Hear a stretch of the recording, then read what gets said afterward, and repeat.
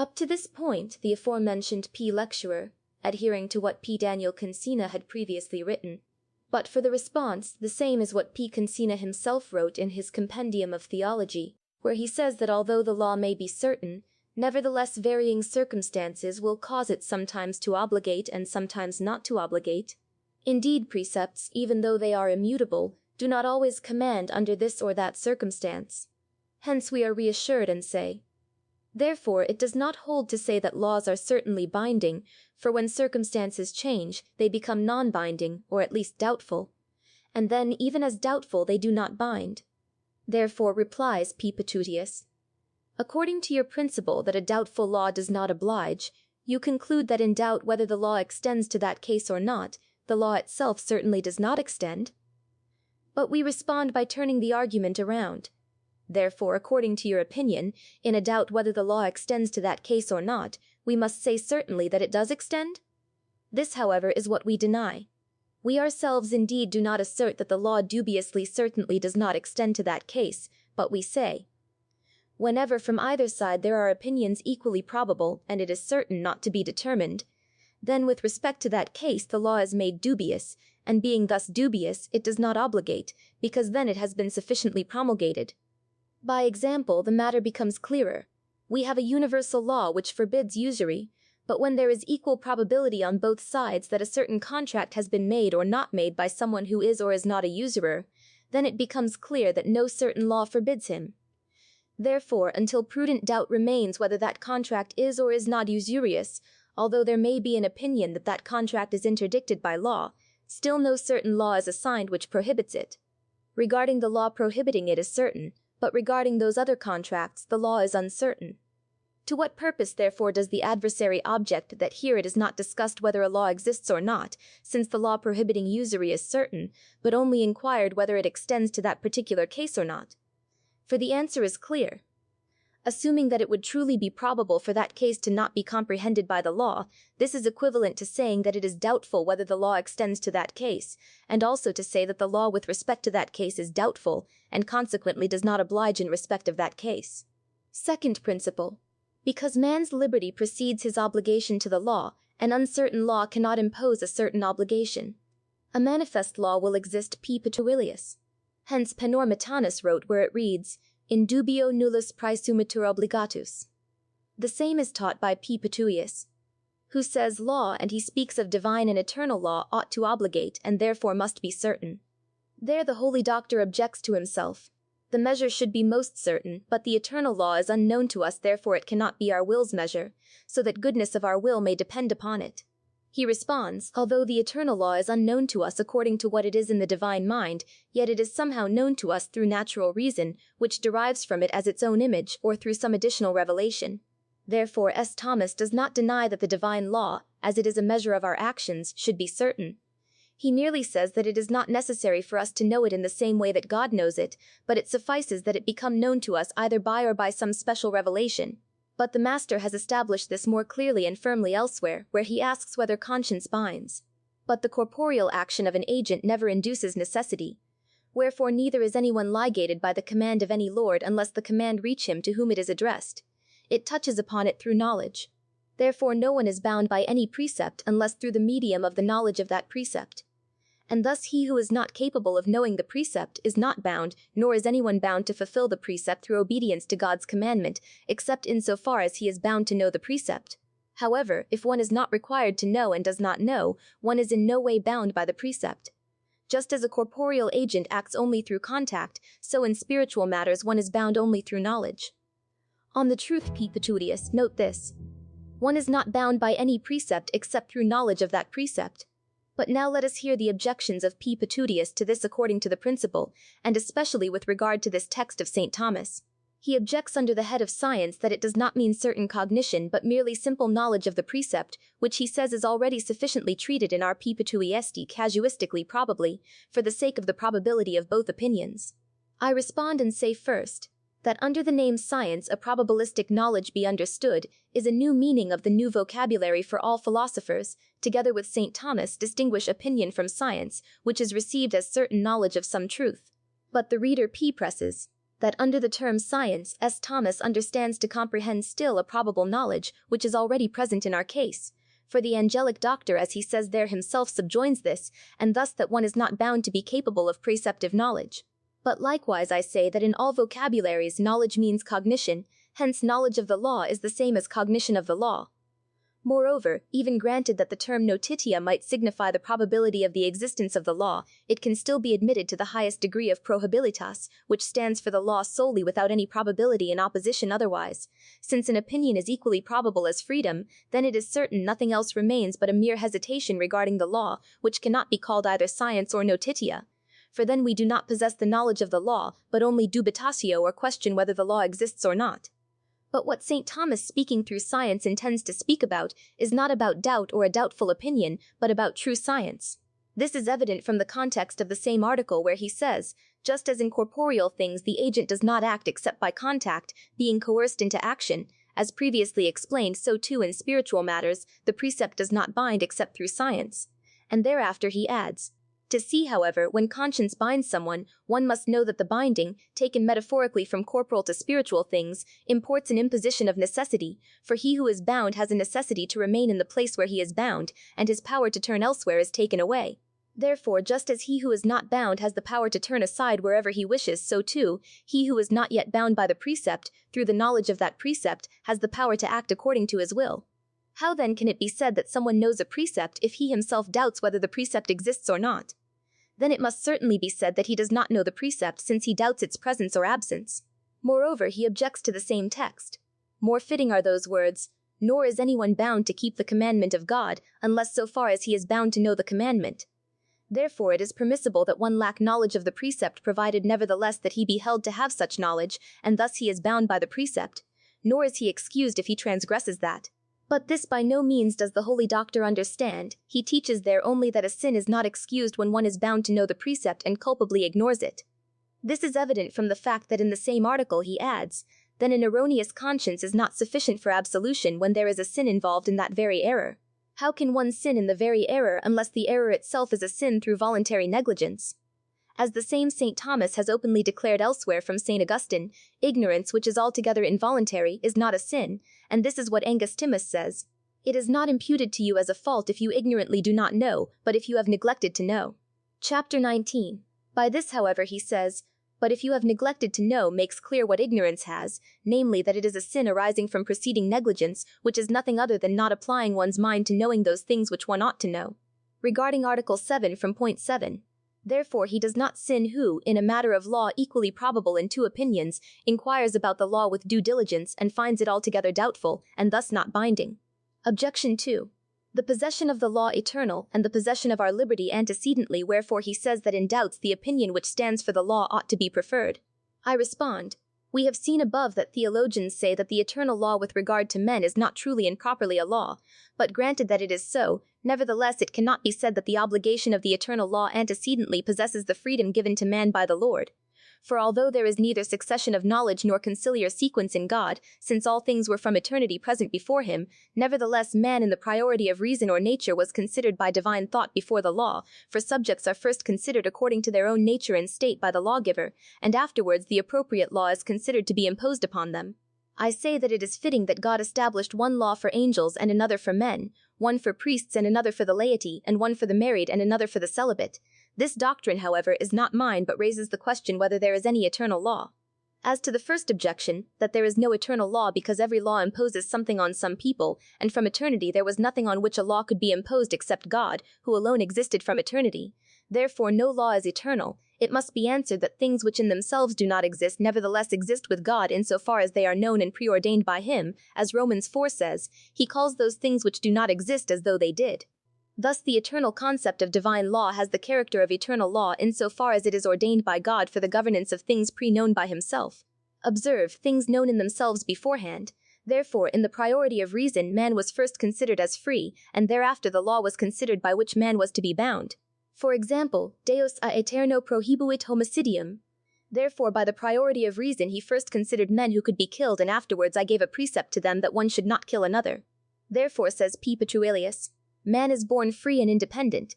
It is not for naught that a subject is born under divine authority and consequently bound to obey all precepts which God has imposed upon him, but in order that man may be bound by such kinds of precepts, it is required that they themselves be promulgated and made known through the light of reason. But until a precept is manifested to man, he himself possesses the liberty given to him by God, which being certain, is bound only by a certain precept, and since law is a rule and measure whereby man should regulate and measure his actions, it is necessary that this rule and measure not be uncertain.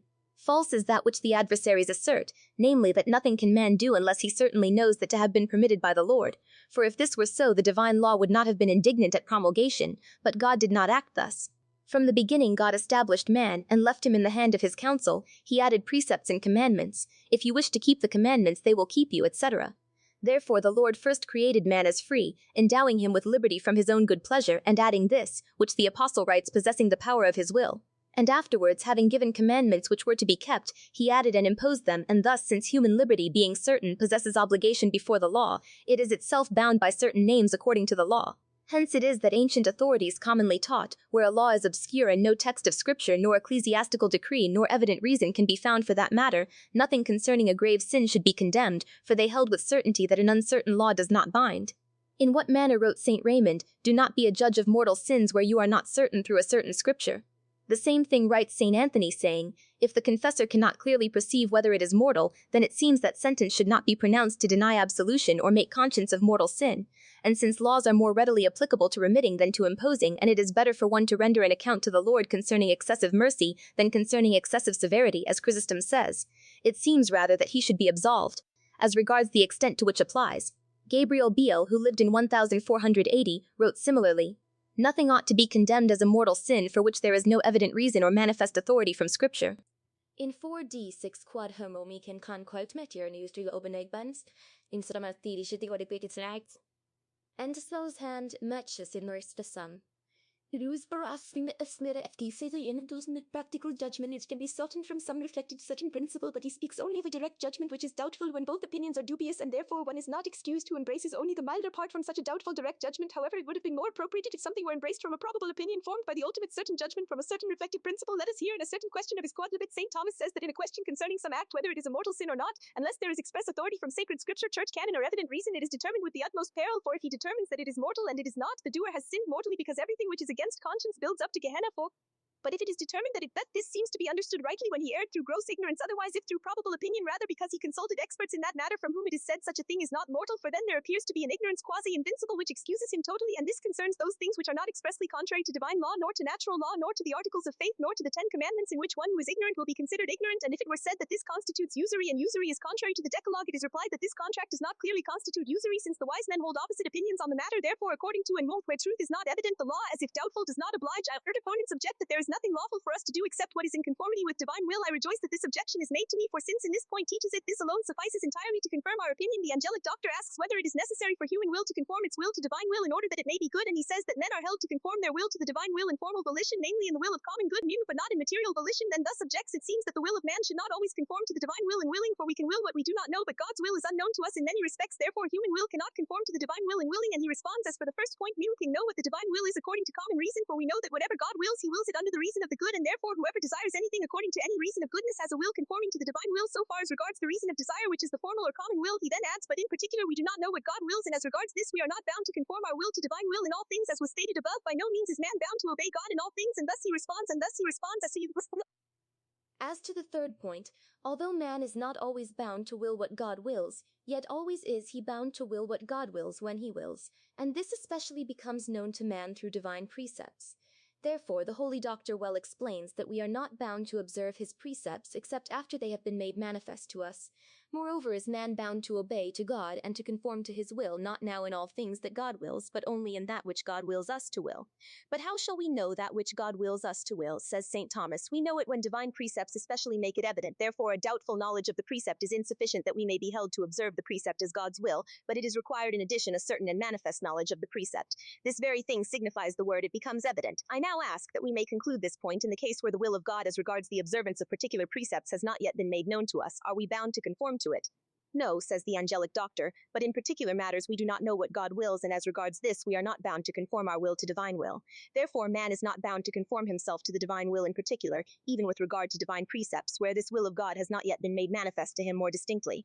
Man is not bound to conform his material willing to the divine will unless the divine will is made known to us either by precept or prohibition. Regarding the precept and prohibition, we always must conform to divine will even as regards material will, while God has given us his precepts that we may observe them. These are already notified in his laws. But I ask, if some precept is doubtful and obscure precisely because it happens to be in conflict with two opinions equally probable, how can it be said that the precept has been sufficiently notified? Then the precept is not sufficiently notified, but only as a doubtful precept. Wherefore it can only be said that we have a doubt concerning the precept and not knowledge. And truly, how can it ever be said that we have knowledge of the law's precept when we really do not know whether a law exists or not? Then according to St. Thomas, we can rightly assert that we do not know the law and therefore are not bound, particularly to conform ourselves to the divine will in what is unknown to us, for God does not command us to obey his will which has not yet been made known to us. This is confirmed more explicitly with regard to our case by another place where he asks whether God is obedient in all things. He responds affirmatively, but subsequently objects to himself on the third point. Whoever obeys God harmonizes his will with the divine will even in what is willed, but nevertheless we are not bound to conform our will to the divine will in all things as was stated above. By no means is man bound to obey God in all things, and thus he responds. As to the third point, although man is not always bound to will what God wills, yet always is he bound to will what God wills when he wills, and this especially becomes known to man through divine precepts. Therefore the holy doctor well explains that we are not bound to observe his precepts except after they have been made manifest to us. Moreover is man bound to obey to God and to conform to his will, not now in all things that God wills, but only in that which God wills us to will. But how shall we know that which God wills us to will? Says St. Thomas. We know it when divine precepts especially make it evident. Therefore a doubtful knowledge of the precept is insufficient that we may be held to observe the precept as God's will, but it is required in addition a certain and manifest knowledge of the precept. This very thing signifies the word, it becomes evident. I now ask that we may conclude this point. In the case where the will of God as regards the observance of particular precepts has not yet been made known to us, are we bound to conform to it? No, says the angelic doctor, but in particular matters we do not know what God wills, and as regards this we are not bound to conform our will to divine will. This is confirmed as we have seen. John Gerson wrote that even God cannot obligate a creature to keep his will unless he first manifests it to her. It is evident that St. Thomas was always conforming to our view that certain laws should be necessary to obligate. He himself said that a law ought to oblige only when it is applied through its own knowledge. He said in the same place regarding the first point that the promulgation of the law is from this very fact that man is said to keep the law when he knows the law, not rather when he doubts about the law. He says the law to be a measure by which man should measure himself, and consequently he said that this measure ought to be most certain. He said that just as a rope does not bind unless applied to the thing to be bound through contact, so too a precept does not bind unless through knowledge of itself. And therefore he adds, wherefore no one is bound by a precept unless through the medium of the knowledge of that precept. He said that man is then and there bound to obey God when God's divine will especially becomes known to man through divine precepts, such that according to all these teachings of St. Thomas it must be concluded that divine law does not oblige unless it is known, unless it is certain, unless there is knowledge concerning it, or unless it becomes known itself. Therefore, in view of these premises, our adversaries vainly object that since opinions are equally probable, a more cautious opinion, even if it does not bring about a certain obligation, at least brings about a probable obligation, and thus there will be lacking a morally certain judgment concerning the permissibility of an action, unless what is done is permissible. But to this response has already been given more than once when a double opinion concurring leads to what is probable. The opinion which stands as law does not indicate obligation except by setting aside doubt, but such kinds of doubts can be set aside justly by all probabilists and probabiliorists, and also by the opinion of P. Petruccius, both directly and also from a certain reductive principle whereby certainty about the morality of the action is already obtained. They object IV, rule of the sacred canons. In doubts the more difficult way is to be chosen as it is held in chapter Illud Dominus Decent Ecum, and likewise in Angelic Doctor. But in particular matters we do not know what God wills, and as regards this we are not bound to conform our will to divine will. This is confirmed as we have seen. John Gerson wrote that even God cannot obligate a creature to keep his will unless he first manifests it to her. It is evident that St. Thomas was always conforming to our view that certain laws should be necessary to obligate. He himself said that a law ought to oblige only when it is applied through its own knowledge. He said in the same place regarding the first point that the promulgation of the law is from this very fact that man is said to keep the law when he knows the law, not rather when he doubts about the law. He says the law to be a measure by which man should measure himself, and consequently he said that this measure ought to be most certain. He said that just as a rope does not bind unless applied to the thing to be bound through contact, so too a precept does not bind unless through knowledge of itself. And therefore he adds, wherefore no one is bound by a precept unless through the medium of the knowledge of that precept. He said that man is then and there bound to obey God when God's divine will especially becomes known to man through divine precepts, as Oshawar, such that according to all these teachings of St. Thomas it must be concluded that divine law does not oblige unless it is known, unless it is certain, unless there is knowledge concerning it, or unless it becomes known itself. Dirasi, Kosten, and Free, Therefore, in view of these premises, our adversaries vainly object that since opinions are equally probable, a more cautious opinion, even if it does not bring about a certain obligation, at least brings about a probable obligation, and thus there will be lacking a morally certain judgment concerning the permissibility of an action, unless what is done is permissible. But to this response has already been given more than once. When a double opinion concurring leads to what is probable, the opinion which stands as law does not indicate obligation except by setting aside doubt, but such kinds of doubts can be set aside justly by all probabilists and probabiliorists, and also by the opinion of P. Petruccius, both directly and also from a certain reductive principle, whereby certainty about the morality of the action is already obtained. They object the rule of the sacred canons. In notes, the more difficult way is to be chosen, as it is held in chapter Illud Dominus Decentecum, and likewise it is said in chapter Ad Anientium de Tit, also in Quia de Vob Signif, et in chapter Juoquis de Sponsal. The adversaries say these canons speak generally about all doubts, therefore they are to be understood generally. I respond and concede that they are generally to be understood in regard to all practical doubts and facts, such as those which occurred with respect to the cases referred to by the aforementioned canons, but not in regard to all speculative doubts in matters of law, as say S. Antoninus, Bonaventura, Gerson, Pelbartus, and others commonly, as we shall soon see, for they say that the aforementioned rule of canons regarding speculative doubts is to be understood as a matter of counsel, not of precept. How S. Antoninus speaks, they bring forward that in doubts the safer way is to choose. It is replied, this is true regarding the greater honesty and merit, but not concerning the necessity of salvation with regard to all doubts, for it would be necessary for all to enter religion. The words of D. Antoninus are excessively clear, but P. Petruccius says that S. Archbishop speaks only of him who has a milder opinion about the unity of truth, and he infers this from those very words, otherwise it would have been necessary for all to enter religion. Therefore, says P. Petruccius, D. Antoninus wishes here to speak of two opinions and to defend himself safely both morally and against pretenders that S. Augustine holds in the said rule that in all doubtful opinions the more moderate view should be held, but so that the matter may become clear, this must precede what S. Antoninus states in one speaking of a certain contract about which there was then very great dispute among the wise men whether it would be or not to be usurious. Thus writes the Saint Acom. And if it were said here is usury, and usury is against both these things, which through many mediums and not clearly are proved to be contrary to precepts and articles, dem de 3 quod autem volentes probare contractum esse illicitum inducunt illud in dubiis lutior via est legenda rea pondetur hoc esse verum de honestate et meriti majoritate non de salutis necessitate quod omnia dubia alio qui nopor terret omnes religionem intrare. Therefore S. Antoninus held that in all matters we should follow what seemed universally present as more secure, for in speculative matters which occur when two probable opinions concur according to the case then being disputed, he considered that the aforementioned canon rule was not about precept. But it does not hinder that there be adduced an example which otherwise would require all to enter religion. For there he was not speaking against those who might presume to say that all are bound by that precept on account of that rule, but directly responds to those who said that the contract is forbidden in virtue of that mentioned rule, obliging one to follow the safer part. But if they wish to prove, let us repeat the words already referred to above, that the contract is illicit, let them bring this. Therefore this discourse is precisely concerning that speculative doubtful contract, and St. Antoninus responds, this is true regarding honesty and the greater merit thereof, but not concerning the necessity of salvation with regard to all doubts. Wherefore it is not fitting to say that St. Anthony intended to speak of him who, willing to enter into a contract, considers it not dubiously but certainly licit. For St. Archbishop did not intend at all to speak there of an opinion held as true, but of an altogether dubious opinion, otherwise he would have ineptly responded to those who sought to prove the contract illicit by saying that the rule is about honesty and greater merit, not about necessity in all dubia, but should have replied that the rule proceeds only in dubia, not when one has his own opinion as true. But the saint says, the canon law rule is not about a universal precept regarding all dubia, for it speaks only of honesty and greater merit with regard to all dubia. As St. Antoninus writes, so also does John Nider feel, saying to choose the safer way is counsel, not precept. Tabiena concurs in cases of doubt, one is not obliged to choose the more secure option, since that is counsel rather than a precept. In summary, the word scruple. The same was written by N. 181, 7th part 3rd article 2nd section. Abbot in the chapter heading said Sylvester. The 10th question, the 27th number. Suarez Volume 3 in the 3rd part of Disputation 40, Section 6, Article 8, Angles Lib. 1 Dist. 1 Quaest. 9 Artic. 1 de Jejunio Dubium 2. Conclusion 3, Henrique Lib. 14 de N. 4. Interm. St. Bonaventure, Gerson, etc. according to Terrellus. Number 21, and indeed according to thee it was absolutely necessary to observe that rule because the practices and actions were doubtful and no certain direct or reflex principle could be had, whereby the obligation to follow the more secure part might be excused on account of scandals and other evils which ought to be avoided in those cases. That this may be clearly discerned, it is necessary here to briefly discuss those cases and decisions of texts which have come to us from then. Regarding cap. St.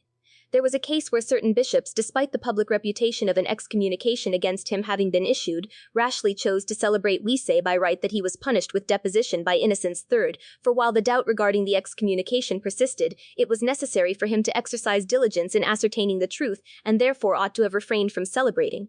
Therefore rightly said the pontiff, because in doubts the safer way must be chosen, even if there were doubt concerning the sentence already pronounced, nevertheless he ought rather to have abstained than to have celebrated the sacraments in the church. Regarding chapter 13a, Clement III decreed that a priest should abstain from sacrificing, and therefore he said, since in doubts we ought to choose the safer path, it is fitting for you to enjoin the presbyter not to minister. Here first to be noted is that as yet the truth had not been made manifest concerning this, namely whether death would result from such a wound, for which reason the text adds, if through some other infirmity he was hindered, divine ministration may still be available. Therefore wisely did the pontiff ordain that meanwhile the priest should not celebrate, for he said that in such a doubt the safer way ought to be chosen. Secondly, it must be noted with Navarro and Suarez that in such a case one was not speaking about observing any precept, but merely about some convenience, so that if subsequently it should turn out that the priest had been a murderer, the people would not see him celebrated and thereby be scandalized. The same statute was established in a similar case of doubt regarding homicide, where it was said, since it is more prudent to abstain in such matters than to rashly celebrate. Who does not see that in these cases necessarily to be avoided for scandal, it has been fitting to choose the safer way by abstaining from celebration? We respond from that the brothers minors reproached the apostolic seat, whether they were held under those religious rules with great severity which were conceived in imperative words. The Pope replied, in those matters which regard the salvation of souls, to avoid grave pangs of conscience, a more secure stance is to be held. Firstly, as Father Eusebius Amort contends, when the Pope said that a part should be held more secure, he did not intend to speak of material security in embracing the safer part, but of formal security of conscience in acting with moral certitude without doubt. Practically, even if he had intended to speak of material security, undoubtedly he would have declared all imperative mode precepts to denote something materially safer, yet the pontiff said that the words should be understood as imperative only those which seemed such by the expression of the words, namely on account of their verbal form, or at least for reason of matter. Moreover, he says, although the brothers observe in the imperative form what the rule prescribes, they do not do so in the same way as they do with precepts or equivalent directives. It is indeed expedient for observing the rule's parity and rigor, since these are, as it were, precepts to which one is newly obligated and are noted below. Afterward, the Pope recorded them. But I offer a different, more convincing response. The case was as follows. It had been doubted by the brothers in the same text whether the rule merely bound to the vows of poverty, chastity, and obedience, but already declared that it also bound to those evangelical counsels which were expressed in the rule with obligatory terms or precepts equivalent thereto. Then the brothers supplicated Clement V that he declare to them what are to be considered equivalent to precepts. Wherefore Clement, before he explained what seemed to be equivalent to precepts by reason of the force of the words and the gravity of the matter concerning which it was being discussed, prefaced those words with such as would avoid the pangs of conscience and make one more secure in part. Therefore, in that case, it was not dealt with concerning two equally probable parts, but solely whether there would be an obligation to follow that part which, according to the strictness of the rule, and according to what had already declared, was not only more secure, but uniquely secure, since it was now evident from the force of the words and the gravity of the matter that the rule bound one to observe them as precepts, not merely the three principal vows of religion, but also the counsels of evangelism which were expounded in the rule, and therefore could not be omitted without a grave conscience torment. Hence Clement said that it should be held more secure a part which was truly and uniquely true, and uniquely secure, and on another side there existed 1,000 reasons which could excuse the transgression of those from grave guilt. Finally, regarding the chapter Juvenis of the sponsal, the case was that Juvenis led a certain girl 7 years old in marriage to a certain maiden, who afterwards being dead, he subsequently contracted other nuptials with her consorban. Herewith, the doubt arising whether the first marriage had been invalid on account of impotence due to the girl's age being 7 years, Eugenius III issued a precept that the man be separated from the aforementioned consorban for the sake of the church's honor, appending, because in these matters, since we hold what is more certain, we must not rashly judge otherwise. With this said, we state that the pontiff ordered separation by right, not because he thought it always safer to adhere to doubtful opinions, but because separation was necessary to avoid scandals and to carefully guard the honor and decorum of the church. We say deal or doubt that the Pope, using the words quod certius existimamus tenere debemus, least of all did he speak this with respect to the youth, who certainly was well conscious whether in the time of the first marriage he had been potent or impotent, but rather with respect to the judges, who in the forum, when the parties' reasons are doubtful, undoubtedly follow what is more certain. Therefore he said more certain, not safer, namely that the separation should be imposed as he himself judged more certainly, because there still persisted a doubt regarding the value of the first marriage, for which possession was rather to be preferred. Quod otem inter hoc et quasitium nostrum ubi de foro interno agitur et non de dubio facti sed de opinione atque probabili. Hence it is clear that all matters dubiously pertaining to the text of Cassis were practical and factual doubts which could be laid aside by no reflection of a principle. No less than this, in fact, the pontiffs themselves have not always used the more secure part of holding in speculative doubts according to that rule Adrianus VI, ut refert Dominus. Despite the fact that he himself held the opposite view, he granted a dispensation in a certain marriage case. Furthermore, in the chapter Laudabilem concerning frigeditas et malum, it is stated that a pontiff had granted to a certain spouse who was doubtful regarding the power for coition, that he might test her for a period of 3 years. If a doubtful law is always to be observed as the adversary's wish, and then it was in doubt whether that wife was alienated, how could the pontiff permit that man to approach her for 3 years and experiment with copulation? Add that if this law were to be followed universally in all doubts, even speculative ones, the more secure part would follow, lest the most probable opinion, which certainly is not the more secure but remains within the bounds of probability, could be held, but this cannot be said since it was prescribed by Alexander VIII in a proposition that stated, "It is not permissible to follow either an opinion or the most probable among the probabilities."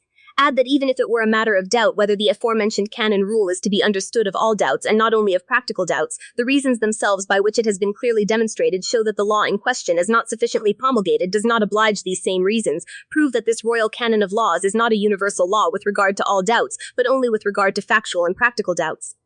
Finally, that we may put an end to this present point, I ask, and as regards the reason which I shall offer, I do not know what can be replied. What do the canons prescribe? They prescribe in doubts the choice of the more secure path. It is said, therefore, in doubtful matters, but if we are not in doubts, what hinders that rule? If a man is from some principle certainly initiated, then he has already formed for himself a certain moral conscience regarding the honorableness of the action, and he exits from the bounds of doubt, and it can no longer be said that he is in doubts. Furthermore, even their adversaries concede that the aforementioned part of the rule to be followed does not have a safer place in matters of justice, but if the canon's rule of following what is safer were universal for all doubts, even he who lawfully possesses something would be stripped of it in doubt as to whether the thing is alien. But D. Augustine says, if a virgin teaches the contrary in question 34, Article 1, saying according to the law of real estate, as long as anyone remains ignorant that another possesses, the possessor speaks most correctly while he is unaware of the alienation. They object to the decision of certain concessed bishops of Gaul in which it was decreed that in equally probable opinions, the more cautious part should be preferred. I revere greatly the authority of so many primates, yet all teach that the authority extrinsic of the great wise ones cannot be weighty where the intrinsic reason appears certain and convincing much more so, since it is not deprived of sufficiency by the authority of others.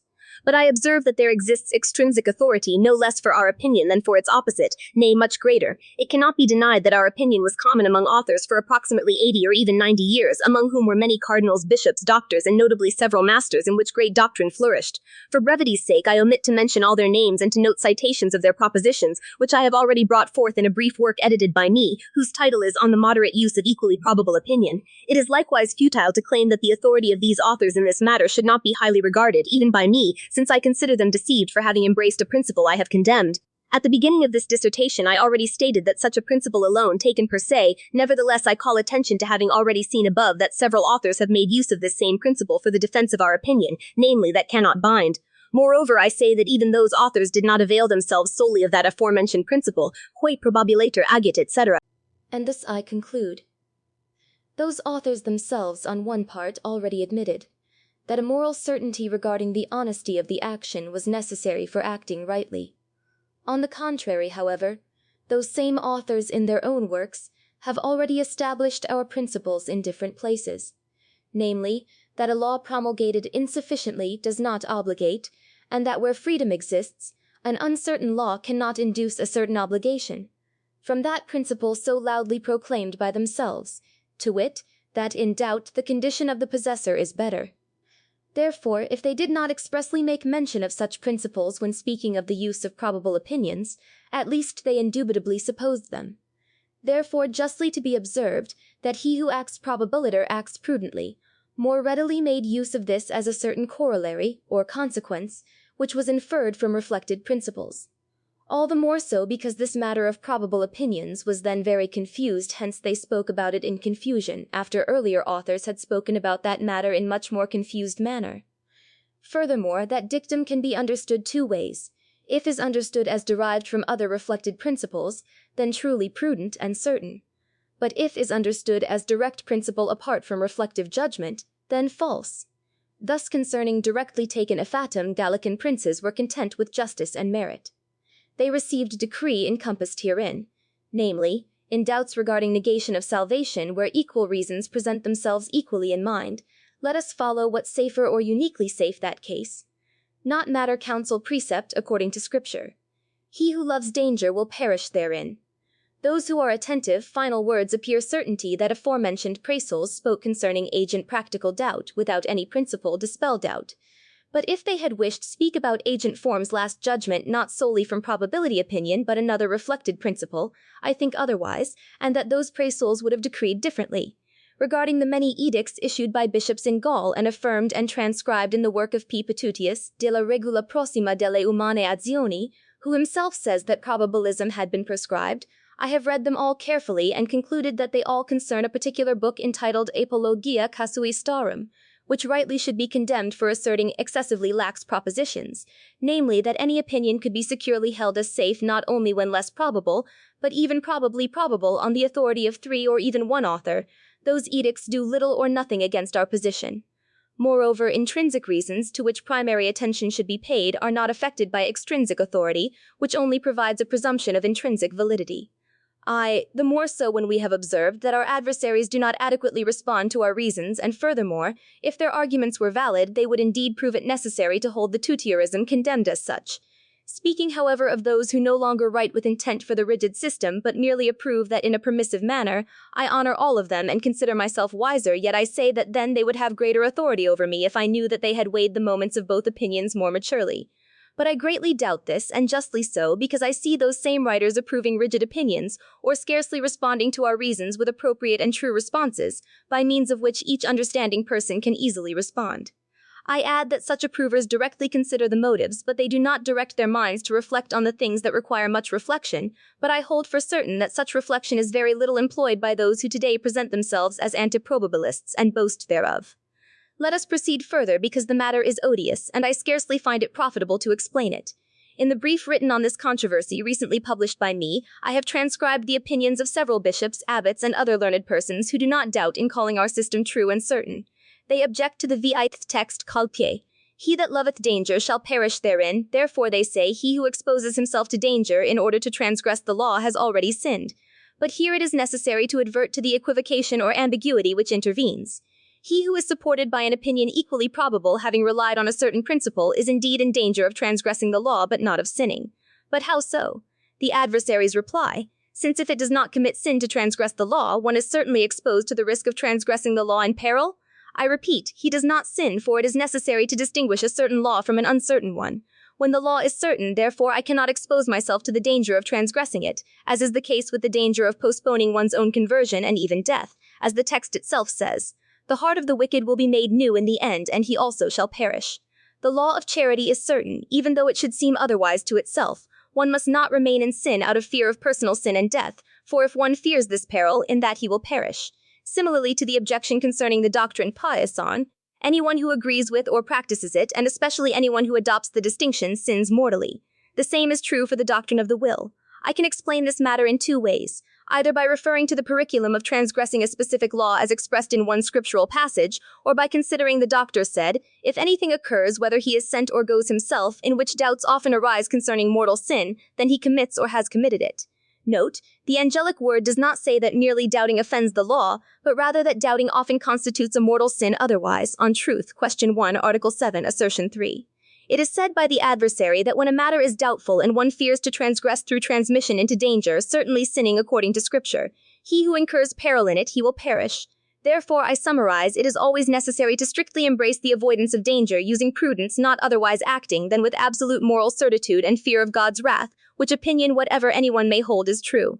No, they respond, it is sufficient that the most probable opinion has been prescribed by Alexander VIII in opposition to the proposition which said, it is not permissible to hold or even a probable opinion that is most probable. Because the law is doubtful, it is wrong for anyone to expose another to the risk of violating it. Furthermore, one can conscientiously follow an opinion only when it is the most probable, which is very difficult and rarely yields sufficient security of conscience unless the contrary view appears excessively strict and objectionable. The most probable opinion, though it holds the highest degree of probability among alternatives, still remains within probabilistic bounds, and therefore, unlike a strictly certain judgment that excludes all prudent fear, does not eliminate every prudent fear. Consequently, if the most probable opinion does not dispel all prudent fear, its opposite should not be treated as merely slightly probable, since slight probability is not true probability probability, but rather a false appearance or fleeting apprehension that may cause imprudent fear, and such imprudent fear does not create the moral peril of sin.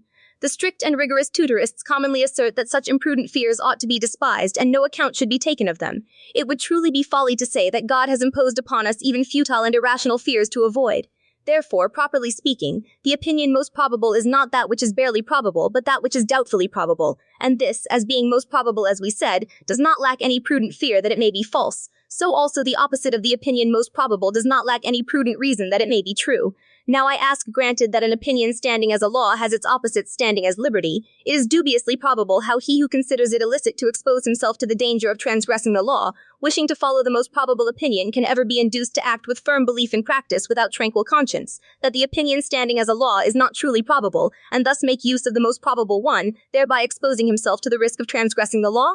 If he finds a statute so exact that it makes him secure, then the opinion treated as law needs only the weight of probability to be plausible, and he may therefore act securely and be immune from danger. Therefore, I repeat what I said at the beginning. Anyone who believes it impossible to hold any practical opinion unless it is the most probable will have great difficulty forming a definite judgment for action unless he strictly embraces the doctrine of prudence, which alone renders one free and immune from the danger of transgressing the law. When the adversary objects, saying, "He who embraces more secure opinions walks more securely," I respond, it is indeed unlawful to relax the observance of divine laws more than is permissible, but it is no less evil to make others bear a divine yoke more than is fitting for excessive severity. Writes Cabasutius in Prefat, Salvandos condemns those who are to be saved and drives those conscious of their own infirmity into despair. Thus it is said, as if miserable men, hearing this doctrine more rigidly, would believe or doubt the presence of mortal guilt where none exists, but nevertheless, overcome by the difficulty of the matter, they sin mortally out of erroneous conscience and are condemned. Therefore, rightly de Bonaventura damnable is a conscience too lenient and too strict, for the former generates presumption, the latter desperation also. The former often speaks much of what is good, the latter on the contrary evil. Also the former often saves one who should be condemned, the latter condemns one who should be saved. Hence wisely wrote Joe Gerson, theologians should not easily assert that there are mortal sins where they are not certain, for by such rigid and overly strict assertions in all matters they do not raise men from the state of sin, but rather lead them deeper into it, because more despairingly, what profiteth, nay rather what harmeth, to restrict a commandment that is already too broad? From Life of Spirit, Lect 4, St. Chrysostom excellently instructed us, regarding your own life be severe, regarding the life of others be kindly.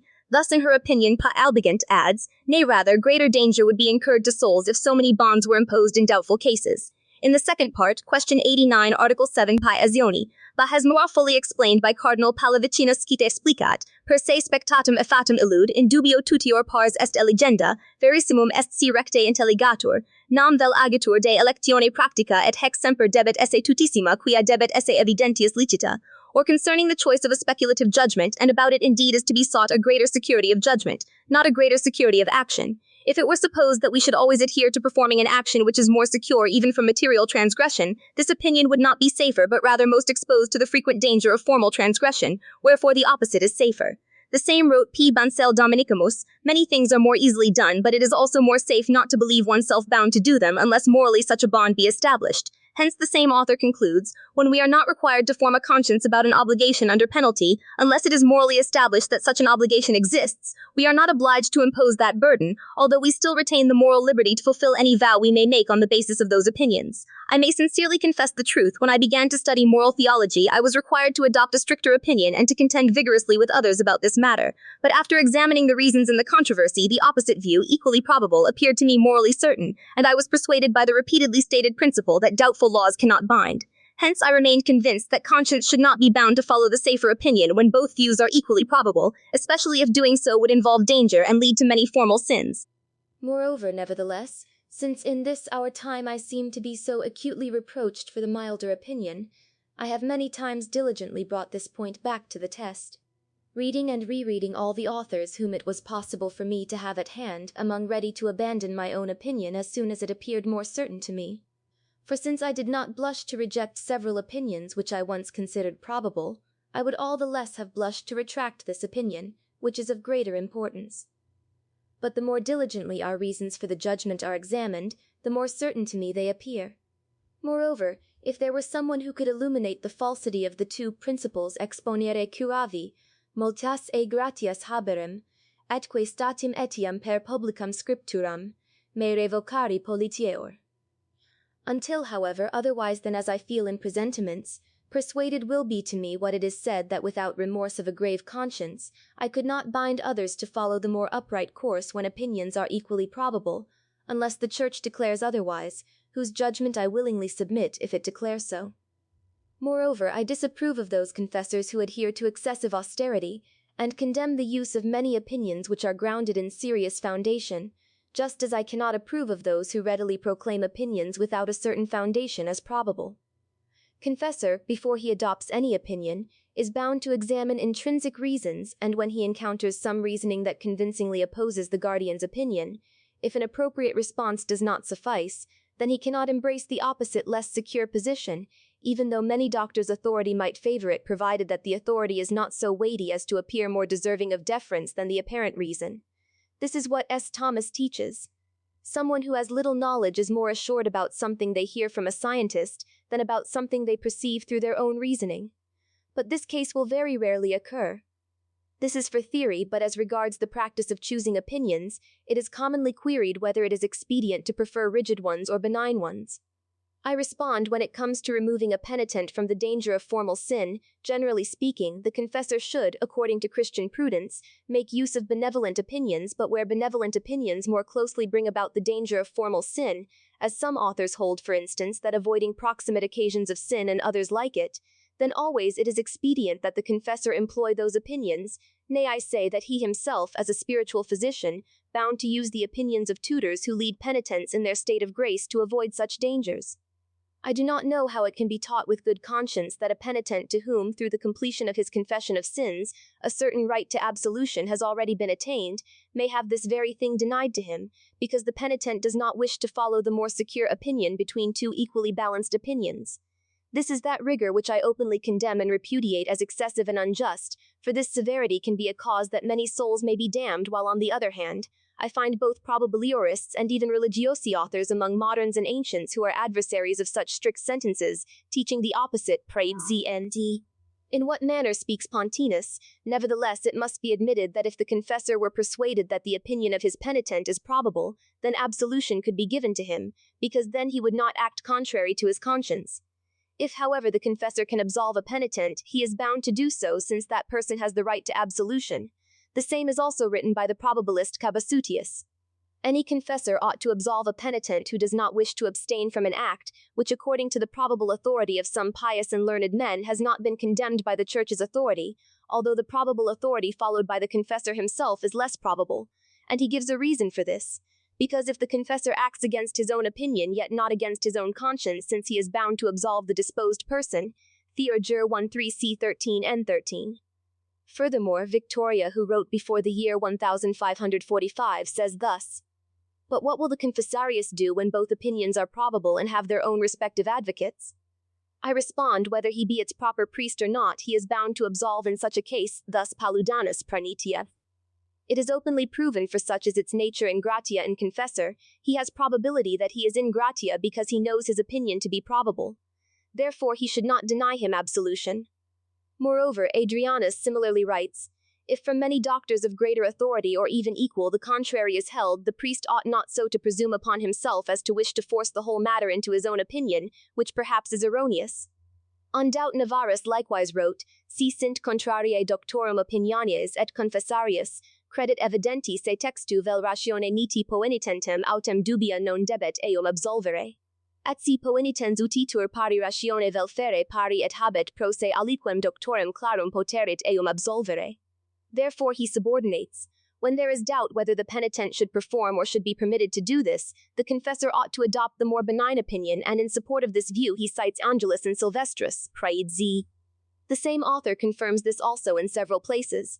In one place he writes, It seems that Goffredus de Fontibus holds the same opinion in those very matters which are tolerated by the Church as mentioned, and what ought to be proposed to the penitent, namely that he diligently inform himself about this through prudent men, because others hold the opposite opinion, especially if the confessor holding that opposite opinion is ordinate with respect to it, and thus absolve him. Richard perceived clearly only, not distinguishing whatever his confessor is, ordinary or not ordinary. Part 1, Title 6. In another place, the same archbishop, speaking about that contract of which we have previously spoken, in Florence, teaches, He who wishes to enter into it should be advised to abstain, and afterwards he adds, But if one refuses to accept such advice, seems to say that he should be left to his own judgment, nor should he be condemned on this account or denied the title. Finally, he says, if, however, the confessor is unable clearly to perceive whether it is mortal or not, it does not seem that the sentence should be precipitately pronounced, as William says, so as to deny absolution on this account, or to make the conscience of one about a mortal sin, because by afterwards acting against such a thing, even if it were not mortal at first, it will become mortal, for everything which is contrary to conscience builds toward hell praedicum eragraph. Ex his. And since the laws are more ready to absolve than to bind, it seems rather to be absolved and the divine examination to be dismissed, as regards the extent to which. The same as we have noted above, says Joe. Garason. Doctors of theology should not be prepared to assert that something is a mortal sin unless they are highly certain about it. Of life, note how, when they are not most certain, these eminent authors, whom no one dares blame for laxity, nonetheless speak with one voice. At last the Lord himself writes it. Soto in ni donde naurados. And was en. Concedi. And was en. And act limpuishkene. But Soto himself has already stated elsewhere, and when there are probable opinions among the weighty doctors, whether you follow one or the other, in any case you have conscience at ease.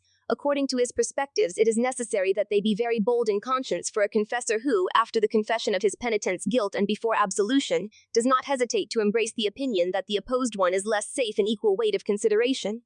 Finally, from all that has been explained here, the principle is firmly confirmed from the Monitum Romane, in which the decree of the General Council of Rome concerning the inquiry in 1761 regarding the use of probable opinions is expounded.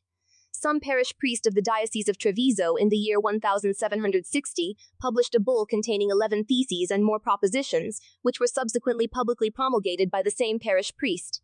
The leaflet was as follows: Probabilism to a public dispute in Venice. The clerics exercised by grace against strict probabilism, such as if wandering a business through darkness, for the day 10, June 1760, Aetheri Evicii. If anyone, let us observe in the morning certain given things. What so great solicitude is there for doubts concerning us? Celebrate Father Constantino Uncaglia lib. 12 cap. 3.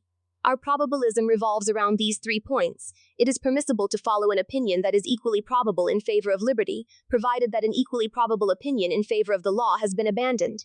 It is permissible to follow an opinion that is probable in favor of liberty, provided that a more probable opinion favoring the law has been abandoned. Using probabilism is particularly safe. Using probabilism is particularly dangerous. The proper use of probabilism can never degenerate into laxity. The strict application of probabiliorism tends toward rigorism. We affirm that those who follow such advice from probable counsel act most commendably. We affirm that some rigorists upon those who strictly urge themselves and others toward what is probingly better, from a precept that is now no longer clearly approved. 6. No one can possibly progress toward Christian perfection except by following what is most probable. Strictly speaking, the abuse of probabilism is not a bridle on license, but rather its spur. Therefore, our genuine probabilism is truly authentic, neither inducing corruption of manners nor ever having been noted adversely by the Holy See. It originates from Thomas Aquinas, progressing in its development through the Jesuit age, namely as that which was confined, amended, and defended against the Jansenist fury by the Jesuits.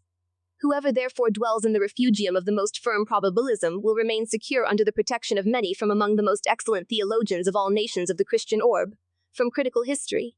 He therefore who dwells in the most firmly founded refuge of will abide secure. Hence we also call without any note of laxity but legitimate, whom both the Caesarian and pontifical law commend but praed z, whom the order of illustrious Dominicans has embraced from the earliest times but praed z, whom S. Thomas held in his loves, who teaches in his sentences books 200 and more opinions favoring liberty but praed z, who was extremely familiar with Christ the Lord, D and VG. For a crown, our probabilism stands for liberty and is notably more probable than the probabilism that stands for the law. This folium was subsequently prohibited by the Tridentine prince and bishop in the following year and thereafter by the Holy Office of Inquisition. Romane Dei 26 February 1761. Thus, as it is said, condemned was, when verger such theses and notes of this kind having been expenses in C. Gen before SSD and Clement XIII, Sanctitas sua auditis, etc. Folium praedicum et theses in illos expositas damnat et prohibet tanquam continentia proposioste. Quarum alique sunt respekio fule temerariae et piorum aureum offensioe illam vero excerptam en nempe probabilismum, qui Christo Domino summe familiaris fuit proscribendam consciet uti erroneam et haeresi proximam. Therefore, the aforementioned were thus condemned and prohibited. DN. He forbids that anyone of whatever status, etc., to print and to have printed, or to transcribe, or already printed, or to retain printed things in his possession, and to read, whether he may dare to defend them privately or publicly, etc. But he unjustly contends against this, for that very document contains more distinctively. It contains various theses, and moreover it also contains diverse propositions, which are the members or parts of the thesis. When, however, the aforementioned was issued, two difficulties arose among the wise concerning this folium that was more strictly prescribed. Subsequently it was asked whether they would be singularly condemned not only all the one heg, but also all the propositions contained in the thesis.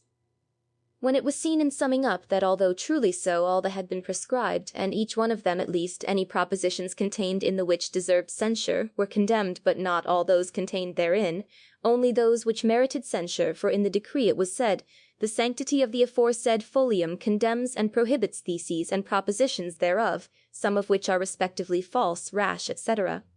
Therefore the folium was not condemned, nor all the contained therein as regards all, but only those which merited censure, whereas the proscription of the concerning which it had been said.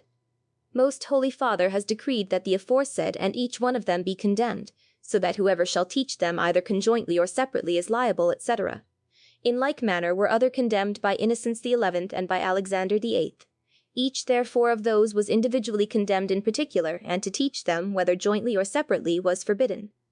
When the of the aforementioned folium were condemned, it was not individually each one in particular, but as stated in the summary, and specifically those alone which deserved to be condemned. Nor was it prohibited to teach them conjunctly or disjunctly, but rather when taken collectively, as the Tridentine bishop expressed in his decree, prohibiting that the said articles, when taken collectively, should be used in debate. Regarding Foley's first thesis, neither its first proposition, that it is permissible to follow a more probable opinion for the sake of liberty, nor its second proposition, concerning an equally probable opinion, was condemned. Only the question remained whether the third proposition, concerning a less probable opinion, had been condemned. Because the proposition was framed broadly enough to include an opinion that was notably less probable, thus it could also be doubted whether the last thesis which said our probabilism standing for liberty is nobly more probable, would have been condemned in such a way that this proposition affirmed the sentiment, namely that an opinion still notably less probable could even be notably more probable, a sentiment which stands as law. Given this, it had been made clear, although all the theses were proscribed, nevertheless none of these thesis propositions were condemned in any way. Only a doubt remained whether those which were condemned thus in a general way and in a confused manner had been condemned individually each thesis or merely some of them. For although in the decree it was not said all theses, since certain words of those phrases were doubtful, it was doubted whether they should be referred to the theses or to the propositions contained within the theses.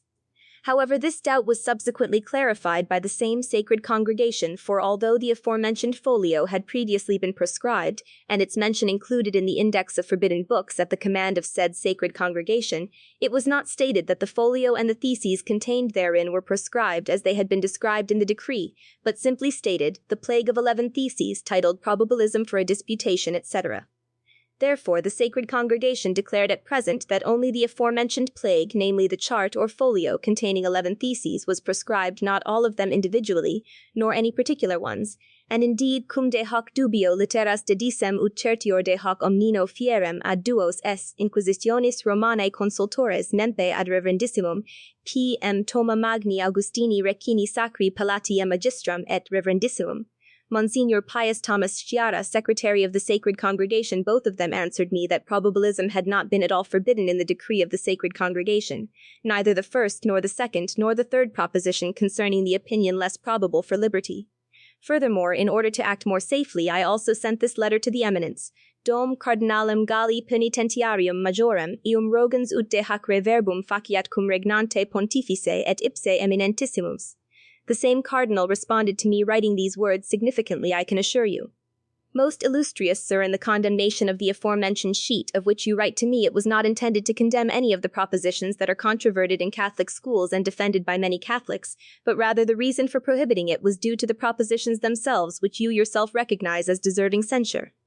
I hold that this very response of this most eminent and most wise cardinal alone is sufficient to, after having sent these things to be printed, I was greatly surprised to read what Father Sidenius Veronensis has omitted, especially where he enumerates his works, confidently asserting that in the controversy between Patutium and me regarding the use of probable opinions, when Patutius himself had responded to me in his second booklet titled Observations Theological on the Apologia, I have been confident. Monsignor di Alfonso de Liguori ec ego vi argumentorum convictus nihil jam ultra habens quod adversario meo opponerem ab iterum respondendo ab stumui ne tamen omnino ciderem ut ipsi quod scripsit esset de decori omnia ejus adversum me scripta ad sc indicis ut damerentur detuli. Pope P. This reproach was lacking to me the name of accuser.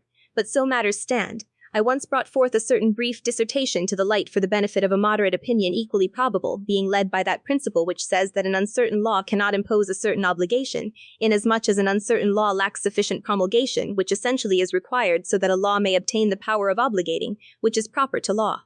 These words are from S. Thomas, whereupon the same holy doctor subsequently advanced his famous opinion. No one is bound by any precept unless through the knowledge of that precept.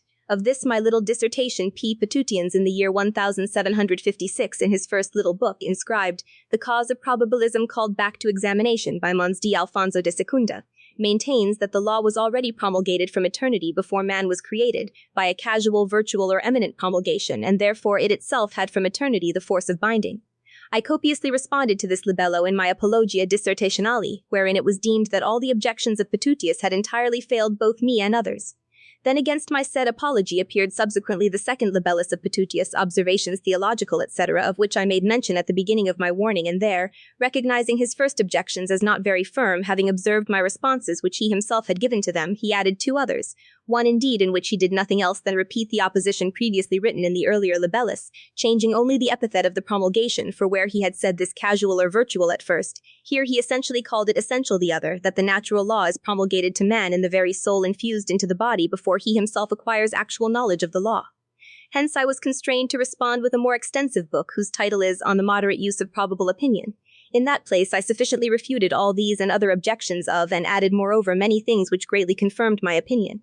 To the first objection, namely that a probable though doubtful knowledge of the law suffices for its promulgation, a response has already been given in the aforementioned dissertation above, and appropriately so.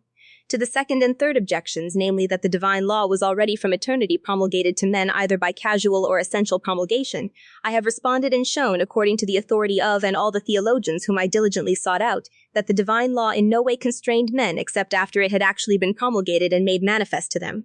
Into the words Mardia go ye yannen, whom Patutius entirely professes to follow in this matter, however, he either does not wish to follow or seems not to wish to understand, while est Dr. Nimis aperte et pluribus in locis nostrum sententiam docet, lex aeterna habet promulgationem aeternam ex parte Dei promulgantis sed ex parte creaturae audientis aut inspicientis non potest esse promulgatio aeternam. Therefore no divine law can be said to have been promulgated to man until man hears the law and inspects it, that is, until the law is made known to him and he himself becomes aware of it. All the rest to the theologians. The following theologians teach with one voice that although the divine law had in itself the virtue of obligating in the first act from all eternity, nevertheless it never actually obligated men in the second act, unless after it had been applied to them through its actual promulgation. Silvius ita scribit actualiter tunc lex uniquique promulgatur quando cognitionem ad Deo accipit dictantem quid juxta rectam rationem stamp lectendum, quid fugiendum. And elsewhere he says, the eternal law was from eternity materially a law, yet it was not formally from eternity, or under the aspect of a law actually obligating, because then it would not have been actual and perfect promulgation. Cardinal Gotti thus writes, for a law to be actually binding, it is essential that its promulgation be announced to the subjects. In another place he says, the eternal law was in God's mind from eternity, although it does not bind yet because it has not been applied and promulgated. P. Gonet writes, the eternal law could not, from eternity, have been subject to any defect in promulgation. Gerson writes, it is necessary to give a manifestation of the will of God, for by his sole will God cannot yet absolutely impose an obligation on the creature. P. Gonet in another place writes, the promulgation of the natural law is made through the dictate of reason intimating to man which things are prescribed or forbidden, ergo cum deus tale dictamen lex non obligat. Many others likewise feel this way, who can be observed in my aforementioned work on the use, etc. But let us proceed to the fourth objection of Palutius, in responding to which the aforementioned propositions are greatly confirmed. His fourth and final principal opposition was this, that the natural law is promulgated habitually to man when God creates the soul and infuses it into the body, because then he impresses reason in man. To this objection made in the aforementioned work I have responded. I deem that these same words of St. Thomas, by which he himself makes use of them, suffice for the confutation of Palutius. Palutius wants to use for himself only the inserted word, but ought to use the following words, naturaliter cognoscendum, therefore the law is not promulgated to him when the soul is infused into the body, but when man naturally knows the law. The sacred doctor elsewhere confirms this teaching. Although man is not always bound to will what God wills, yet he is always bound to will that which God wills him to will, and this especially becomes known to man through divine precepts.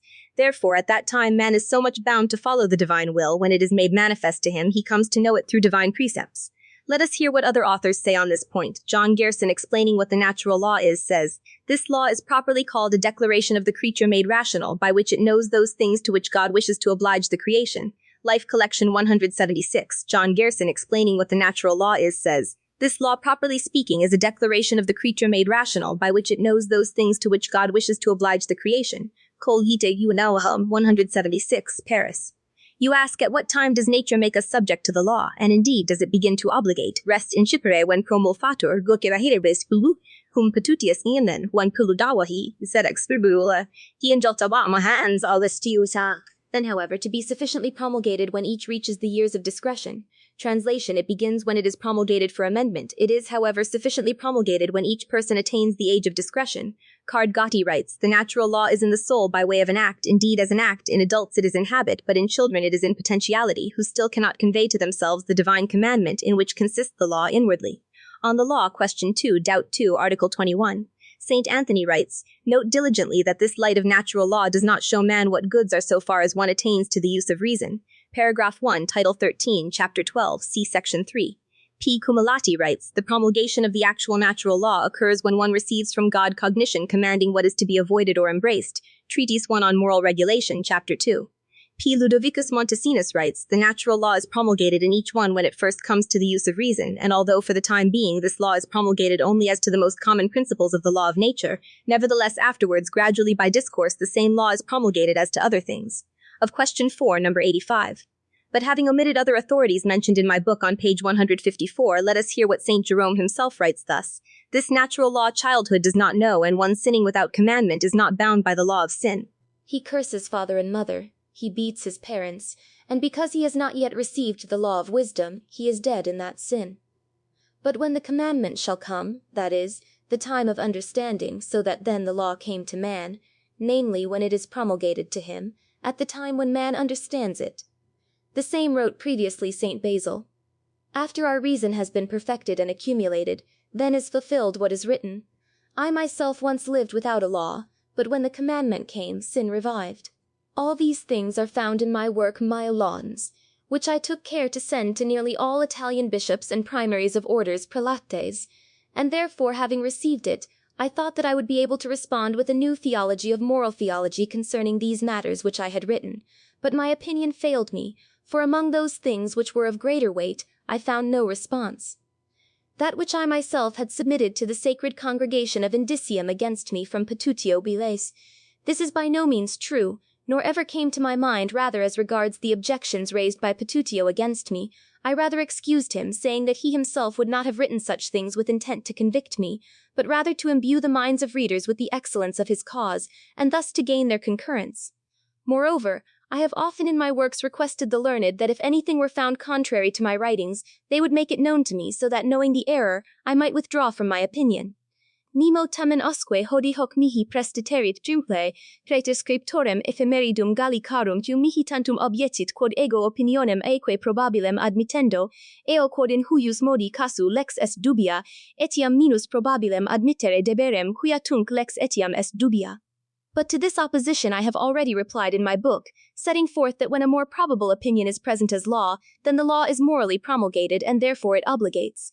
Notwithstanding that broad doubt for the more benign opinion, where indeed we do not find certain truth, we must follow the opinion which approaches truth more closely. But on the contrary, when opinions are equally probable, the law is strictly doubtful, so much so that at no time can it then be said to have been sufficiently promulgated. I do not wish to overlook that which has recently been found in the last edition of, namely, in the middle of the Decretum of the Sacred Roman Inquisition, whereby certain theses written by the parochial priest of the Diocese of Treviso-Avisi were proscribed in the year 1761, and wherein the adversaries have claimed that all probabilium have been universally condemned. But I have shown in many opelis in the said decree neither the universal probabilism nor any opinion which is defended in Catholic schools, but only some that were excessively lax to have been prescribed as two consultors of the sacred office, and even Cardinal Gallus himself at that time major penitentiary wrote to me as I noted in the aforementioned dissertation. Moreover, it is worthy of admiration to see some ascribing no safer mode for saving souls than by leading them through more arduous paths, but these do no less err than those who guide consciences through a laxer way. We are bound not only to render a reason to God for excessive indulgence, but also for excessive rigor, whereby the consciences of souls are ensnared for it properly, is to build towards hell. Very appropriately does the learned Cabasutius explain this according to the doctrine of St. Bonaventure. For after he detests immoderate benignity, he condemns excessive rigor, which, as he says, by compelling men to a path too arduous closes off the way to eternal salvation. It damns those who are saved and drives those conscious of their own infirmity into despair. It happens that miserable men, upon hearing this stricter doctrine, believe or doubt the existence of a mortal sin where none exists, yet through the difficulty of the matter, they mortally sin and are condemned from an erroneous conscience. Theorem. Bonaventure taught that conscience must be guarded when it is either too lax or too strict, for the former produces presumption, while the latter produces despair. Moreover, the former frequently spares what ought to be condemned, the latter condemns what ought to be saved. John Gerson reinforces this point more forcefully, saying, theologians should not readily assert that anything is a mortal sin when certainty about the matter is lacking. By such rigid and overly strict assertions, people are not lifted out of the mire of sin but are driven deeper into it, for they are cast down with greater despair. Nothing should be condemned as a mortal sin unless there is evident reason or a manifest authority of Scripture. In play, N.A. Difference 16. Question 4. Conclusion 5. St. Anthony wrote the same, saying, the question whether an act is a mortal sin should be decided only with the utmost caution unless it is established by the express authority of Scripture or of church canon, or by evident reason. And elsewhere he writes, speaking of the confessional, but if indeed one cannot clearly perceive whether it is mortal, then it does not seem to be necessary to precipitate a decision, as William says, so as to deny absolution on this account, or to give that person conscience about a mortal sin. And since looser laws are applicable for releasing than for binding, it seems rather that he should be absolved. On laws. Head N.A. On the nature and obligation of law in general. Doubt I. What is law? What is a precept? Who is bound by it? Does an unjust law oblige anyone? In cases of doubt regarding justice, are we bound by an unjust law or an unenacted law? What should be noted regarding the promulgation of the law? What should be done concerning a and in a doubt whether there is a law, or whether there is a reason for excusing, or whether the law has been promulgated, or whether it has been received in usage? What in a doubt whether the superior is legitimate, and whether it exceed its power? Is there any doubt as to whether the law is just, or does the law command, or has it been fulfilled in reality? Can human law prescribe internal acts? Can external, hidden acts be prohibited? See what is sought there. If there is doubt about whether the matter is licit, the subject is bound to obey. Intermediate, when from a superior something is commanded to the community, but not to another person or persons in particular, it is not called law but merely a precept. Wherefore the resolution. 1. One is bound to the law or precept, not to the council, for this merely directs while that obligates. 2. When an unjust law is and against reason, it does not obligate because it lacks rectitude. 3. When there is doubt regarding justice, apply a milder law, for the legislator possesses the right to give precepts, and he himself is governed by a higher council and can have hidden reasons from his subjects. Addit suarex, even obligare licet rationes probabiles sint contra justitiam legis quia alias nenia daretur licentia legibus non parendi cum vix posint esse tam juste quina licica apparens ratio dilatationem movere possit 2. Laws and sentences imposed by tyrants oblige if they peaceably possess kingdoms and are tolerated by republics. It does not hinder that the sentence of an illegitimate judge is said to be null, for it is true of the sentence as it is precisely from a tyrant, but not as it is from will, even if interpretative and implicit of the republic. For while the tyrant and judges constituted by him cannot be repelled, he tacitly confers upon them the power of governing and ratifies their laws and acts. Same number section. Note. The note states, one is not bound by a law unless it has been promulgated, whether or not it has been enacted. Suarez and others commonly. Regarding the promulgation of the law, I must be noted what St. Thomas teaches in TQ 90 Art. 4. The promulgation is necessary that the law may have its virtue.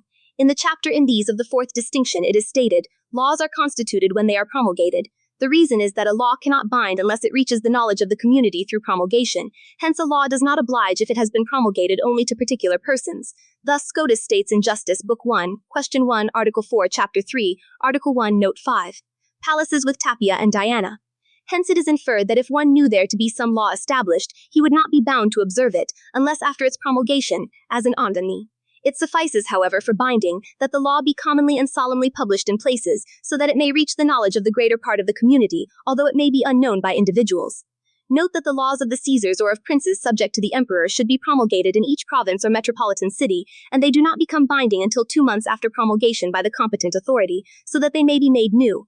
Whether the pontifical laws and those of other princes who are not the first opinion affirms, and many serious authors hold this, as Bacanus probabile sint contra justitiam legis quia alias nimia daretur licentia legibus non parendi cum vix posint esse tam justae quin alicica apparens ratio dilatationem movere possit tu. Laws and sentences imposed by tyrants oblige, if they peaceably possess kingdoms and are tolerated by republics, it does not hinder that the sentence of an illegitimate judge is said to be null, for it is true of the sentence as it is precisely from a tyrant, but not as it is from will, even if interpretative and implicit of the republic, for while the tyrant and judges constituted by him cannot be repelled, he tacitly confers upon them the power of governing and ratifies their laws and acts. Same number section. Note. The note states, one is not bound by a law unless it has been promulgated, whether or not it has been enacted. Suarez and others commonly. Regarding the promulgation of the law, I must be noted what St. Thomas teaches in TQ 90 Art. 4, Conclusion 3, and Eclatus Roncaglia and others. Cajetanus is also cited for this opinion, but Cajetanus does not say anything else than that the canonical laws do not oblige the ignorant. Even Lessius is cited, but Lessius in Lib. 2, Cap. 22 n. 89, speaks only of the laws which provoke contracts. It is also cited from where it speaks rather about disabling laws or revocations of privileges. However, supporters of this first proposition principally base themselves on the authenticity mentioned above, which was referred to earlier ut facte nu, and they say that where there is no special provision of canonical law, recourse must be had to civil law as stated in C2 of where it is said sacred statutes of the canons are assisted by the constitutions of princes. Furthermore, they say it is excessively burdensome to bind the faithful of the entire Christian world to observe laws that are published only in Rome. But still, according to this first opinion, the bullets inserted in the bullarium ought to be received, for these are now the corpus of laws, and on this point all agree as is testified by Cardinal Petra in Numbers 50 and 54. The second opinion, however very common and more probable, denies this and maintains that the pontifical laws oblige the faithful only upon promulgation carried out in Rome. Thus Suarez in Law, 1 Book 3 Chapter 16, Note 8, Good, same title, N. 16. This question on Castor concerns the Law Tractate, D1, P11, N4. This is the reason. There can be no doubt that a law, in order to have the force of obligating, must be promulgated, otherwise it would not reach the knowledge of those subject to it. But as regards the manner of promulgation, this depends on the discretion and intention of the legislator. Hence I observed, as the Samarunicans also testify with certainty, that among all the DD, even yet among the adversaries, there is none who denies that it is not of the nature of a law to obligate what shall be published in every province, but it suffices that it be promulgated in the curia of the legislator. The royal laws, because the king is not bound to observe the imperial ones, are only promulgated in matriti. And thus most appropriately according to the received usage, papal bulls are promulgated in Rome in places designated for that purpose, and thereafter, by virtue of such constitutions, are judged. Contra autem sedes apostolica, cum vult aliquam legem non obligare, nisi post publicanem factam in provinciis, id exprimit, sicut expressit in interdicto ab ex ecclesia impotito a concilio lateranensi pur adversus medicos, qui pergunt ad assistendum infirmis antequam illi confessio explorerint, ut praecipitur in cap, when the infirmity of ponches and remission. And thus even it was expressed by the Council of Trent Ponicoet, Session 24 and Maudet, Chapter 1, concerning the invalidity of clandestine marriages, 1.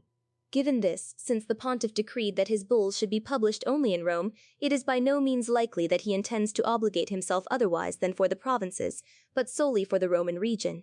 When the Pope intends to bind only the Romans, he usually issues particular edicts prohib. But when statutes are promulgated throughout the entire Church and solemnly proclaimed with obligatorily worded clauses, it is undoubtedly presumed that he intends to bind all faithful immediately upon their becoming aware thereof. Such knowledge is easily obtained as it reaches from Rome to the provinces, for nearly all nations convene in Rome, and all prelates have their agents there who regularly endeavor to inform themselves of the principal matters contained in new bulls which are promulgated there. Furthermore, that the pontifical laws oblige immediately and solemnly when promulgated is clearly deduced from Esic.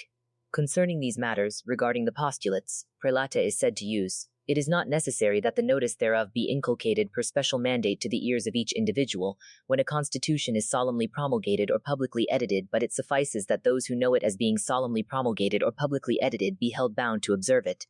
Let it be noted, solemnly edited or publicly promulgated. He therefore who has certain knowledge of some bull already solemnly promulgated in Rome is sufficiently bound to observe it. The same is sufficiently inferred from chapter Fede, section where it is stated, law, or constitution, or mandate bind no one, unless after they have come to knowledge thereof, or unless after the time within which they ought minimally not to have been ignorant. Therefore each one is bound to observe those laws, whose knowledge has already come to him, since they have been solemnly promulgated in a manner in which the legislator can promulgate them. It must not be given that the Pope is prevented from obligating all faithful to the observance of his bulls merely by their promulgation in Rome, as any prince, as all authors admit, as we saw above, can bind all his realms to his laws merely through the fulfillment of publication in his court. But what more strongly lends force to our opinion are two clauses which are usually appended to such bulls as are promulgated in Rome and affixed in customary places. The other clause is thus expressed, that however these letters may more easily come to the knowledge of all, and that no one may plead ignorance of them, we will have them affixed to the doors, etc., and published, so that both all and each individual concerned by their publication may be equally bound and affected thereby, as if they had been personally notified. The other clause says, we wish moreover that the transcriptions and even the impressions of the present letters, together with the signatures of some public notary and the seal of a person constituted in dignity of the Church, be treated entirely both in judgment and outside thereof, as if they had been personally communicated or exhibited to each. These clauses, however, very clearly show the mind of the pontiff to wish all faithful to be bound by such statutes independently from their publication in each individual province. And Salius and Roncaglia, although they admit the first sentence as probable, nevertheless hold certain that all bulls promulgated at Rome with the aforementioned clauses obligate per se without any other proclamation. Moreover, rightly does say that from the said words a firm argument can be drawn in favor of the probability of the first sentence regarding those bulls where the aforementioned clauses are lacking, for nothing is supposed to be superfluously appended in laws, and those clauses would altogether have been superfluous if all bulls published in Rome obligated per se before any other publication, and even without such clauses only in some place custom might indifferently embrace bulls promulgated in any manner in Rome. He however inquires at the aforementioned place, do you ask whether bishops are bound to publish or seek out that all others observe everything established in pontifical statutes already proclaimed in Rome? And thus he responds, they are bound to take care that they be observed when the pontiff signifies that he wishes what is commanded by his own law to be binding everywhere, even without further promulgation elsewhere having been made. They are not bound to take care that they be promulgated except either by a pontifical mandate being directed to them or by them reasonably judging that the promulgation in their diocese is necessary. Those who have knowledge of the law seem to be obligated to observe it unless it has not been received or unless obligation through non-use of it has ceased. Otherwise, if the pontiff does not signify that it is necessary by another reiteration nor direct a mandate to the ordinaries, it is probable that they are not bound to promulgate the law or take care that it be observed unless they expect a notable fruit from the promulgation of such a law in their diocese. They can then be understood as meaning the mind of the pontiff to be that which should then be attended to in order for the law to be observed or promulgated in different provinces when the ordinaries shall have deemed it expedient and useful for their respective places. The same thing writes Diana in the Summa, chapter Fedit, with Wiggers and Maldero say, when the pontifex does not indicate another publication is needed and does not command ordinaries to ensure it the law is observed or that people observe it, they are not required to publish and care for observance unless there is hope of benefit from the place, because the intention of the general law of the pontifex is where a benefit can be achieved, care should be taken to observe it. Moreover, they say probably Suarez in Law 1, Article C, number 8, and Layman in the same title, Chapter 2, number 7, with Molina and Soto, that pontifical laws which undermine some contract as such valid of their own nature as did the bull of St. Pius V, as to censal contracts or which take away jurisdiction, we can benignly interpret the mind of the pontifex to mean it should not have effect until it has been promulgated in the dioceses, otherwise they would be detrimental to many who cannot avoid ignorance of them. According to which, however, are punishments established against clerics who have been improperly ordained and bishops who improperly ordain others, as Sixtus V declared. The Roman Church was reduced to the terms of the Tridentine Council, just as likewise in laws rendering an act void on account of defect of solemnity, those laws, after having possessed obligatory force, also have effect with respect to ignorance, as Sanchez de Matrion Flori says, D17, et 19, D32, N2, and Layman Loc Sit with Ney and others. It is asked whether, for the law to oblige, 2 mensurations from its promulgation are required if 3 opinions exist. The first holding that it obliges immediately. Thus the law is already established in its complete being when it is promulgated. Secenda says immediately to bind, or as if at least existing in the court, but not to bind others except after sufficient time, more or less according to the distance of the places. Thus treats in Book 3, D1, Part 11, N7, Pont 3, C17, A N7, Item N90. The third opinion holds that when no time is specified in the law for obligation, none are obliged, neither those present in the curia except after 2 months from promulgation, but once 2 months have passed, all are bound according to the discretion of prudent men. Thus Soto in Book 2, Question 1, Article 4, Bonac, T3, C6, Conque, 2 and 3, Sylvester Codex Word which, 6 and with Valent and others, reason because the law does not oblige unless its knowledge morally reach all subjects, as is evident from Omnis Debent Intelligi, ut universi praescripta earum manifestius intellecta, prohibita declinent, and from chapter, it does not hinder a law, or constitution and custom bind no one unless they have come to knowledge thereof, or unless it was within the time in which they should not have been ignorant. This, however, is the time by which the law can humanly come to the ears of the subjects, and it must be estimated by prudent arbitrium. This arbitrium we already have assessed in off doubt. That having been said as above, therefore those stand where the time has not been determined. They add various other questions concerning the doubtful law. It is asked whether in a doubt if there be a law the law obliges. It is least of all obliged to oblige after having employed sufficient diligence in seeking the truth, provided that a scandalous or otherwise notable inconvenience has been removed, because then he possesses liberty. Thus commonly held by Suarez and Scotus Concle, no one is bound to any divine precept unless by some suitable and authentic person it is promulgated to him. Item sunt de regulare iuris in sexto. In dubio nullum obligatum ex authent. In what ways item ex parte de SS, bene the 14th, notif, ibidem. Non si debbono porre legami quando non ve una chiara legge che gli imponga. No bonds should be imposed when there is no clear law that requires them. This is clearly proven from chapter where St. Isidore says thus, there will be a manifest law, item ex cap. Unless you shall have been certain about the mandate, you will not be compelled to execute what is commanded. Moreover, in the final chapter concerning transactions, but in truth, where law is not found expressed, proceed by belated equity, always inclining toward the more humane side. Moreover, Ricenio, in chapter Sicut Quadam distinction 14, thus taught, in these which either are doubtful or obscure we must know to follow that which is neither contrary to the evangelical precepts nor to the decrees of the saints. Among the fathers there is to be found opposition. Item Lactantius in libro tertio dixit, stultissimi est hominis preceptis eorum velle parere quae utrum vera aut falsa sint dubitatur. The reason is because God certainly gave man dominion of liberty according to the apostle per se, and even having the power of his own will, and from Ecclesiasticus God from the beginning established man and left him in the hand of his council. Added mandates and precepts according to their own. If you wish to keep the commandments, they will preserve you. He has the freedom to act according to his will in anything not forbidden by law, as he says. Something is said to be permitted when no law forbids it. Moreover, esikaf. By the greater reason, all things are permitted by law which are not prohibited. Hence thus attacks the opinion of Scotus and others who wish sinners to be held to the act of contrition on any festal day, because, says Canis, I do not know whence those doctors came to this view. I can freely deny what is a precept insufficiently explored. And therefore has said, it is dangerous where the truth is ambiguous, namely if in divine law it is not expressly determined. And Part 2, Title 1, Chapter 11 says, Bene excusari ignorantiam ut pote invincibilem quantum ad ea, quae non sunt expresse contra justionium vel naturalis. The same applies in other cases where there is doubt whether something falls under the law, namely whether the law's obligation should begin, or alternatively whether it has ended. The real question is whether the reason you invoke is sufficient to excuse you from the law. Whatever Sallust may say, you are more bound to observe the law because the law has the prior claim on your liberty. The remaining doubt is whether the law has been promulgated. The judges are bound not to oblige the law, according to Croy and Pichet, N 190 and Cap. 2 and 110. However, Croy excuses this if the law has already been received in usage. What in doubt, whether the law has been received by usage? There are three opinions. The first opinion holds that the law does not impose an obligation, at least when it is penal, as in Portie and Port 2 to excussion venti ofti. Notif, ibidem, non si debbono porre legami quando non ve una chiara legge che gli imponga. No bonds should be imposed when there is no clear law that requires them. This is clearly proven from chapter where St. Isidore says thus, there will be a manifest law, item ex cap, unless you shall have been certain about the mandate, you will not be compelled to execute what is commanded. Moreover, in the final chapter concerning transactions, but in truth, where law is not found expressed, proceed by belated equity, always inclining toward the more humane side. Moreover, esikaf. Yeo in chapter Sicut Quadam distinction 14, thus taught. In these which either are doubtful or obscure we must know to follow that which is neither contrary to the evangelical precepts nor to the decrees of the saints. Among the fathers there is to be found opposition. Item Lactantius in libro tertio dixit stultissimi est hominis preceptis eorum velle parere quae utrum vera aut falsa sint dubitatur. The reason is because God certainly gave man dominion of liberty according to the apostle per se, and him the power of his own will, and from Ecclesiasticus God from the beginning established man and left him in the hand of his council. Added mandates and precepts according to their own. If you wish to keep the commandments, they will preserve you. He has the freedom to act according to his will in anything not forbidden by law, as he says. Something is said to be permitted when no law forbids it. Moreover, esikaf. By the greater reason, all things are permitted by law which are not prohibited. Hence thus attacks the opinion of Scotus and others who wish sinners to be held to the act of contrition on any festal day. Because, says Canis, I do not know whence those doctors came to this view. I can freely deny what is a precept insufficiently explored. And therefore has said, it is dangerous where the truth is ambiguous, namely if in divine law it is not expressly determined. And Part 2, Title 1, Chapter 11 says, Bene excusari ignorantiam ut pote invincibilem quantum ad ea quae non sunt expresse contra justionium vel naturalis. The same applies in other cases where there is doubt whether something falls under the law, namely whether the law's obligation should begin, or alternatively whether it has ended. The real question is whether the reason you invoke is sufficient to excuse you from the law. Whatever Sallust may say, you are more bound to observe the law because the law has the prior claim on your liberty. The remaining doubt is whether the law has been promulgated. The judges are bound not to oblige the law, according to Croy and Cachet, N 190 and Cap. 2 N 110.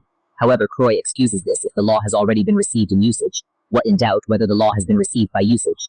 There are 3 opinions. The first opinion holds that the law does not impose an obligation, at least when it is penal, as in Portia and Import to discussion 20 of the Sylvester Codex word which, 6 and with Valent and others, reason because the law does not oblige unless its knowledge morally reach all subjects, as is evident from omnes debent intelligi, ut universi praescripta erum manifestius intellecta prohibita dequinent.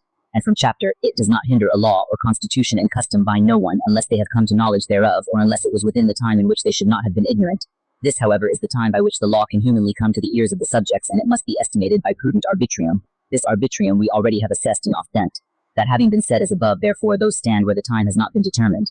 They add various other questions concerning the doubtful law. It is asked whether in a doubt if there be a law the law obliges. It is least of all obliged to oblige after having employed sufficient diligence in seeking the truth, provided that a scandalous or otherwise notable inconvenience has been removed, because then he possesses liberty. Thus commonly held by Suarez and Scotus Concle, no one is bound to any divine precept unless by some suitable and authentic person it is promulgated to him. Item sunt de regulare iuris in sexto, in dubio nullum obligatum ex oftent. In what ways item ex parte de SS, bene the 14th, notif, ibidem. si de bono por legami quando non ve una chiara legge che gli imponga. No bonds should be imposed when there is no clear law that requires them. This is clearly proven from chapter where St. Isidore says thus, there will be a manifest law, item ex cap, unless you shall have been certain about the mandate, you will not be compelled to execute what is commanded. Moreover, in the final chapter concerning transactions. But in truth, where law is not found expressed, proceed by belated equity, always inclining toward the more humane side. Moreover, esse caf.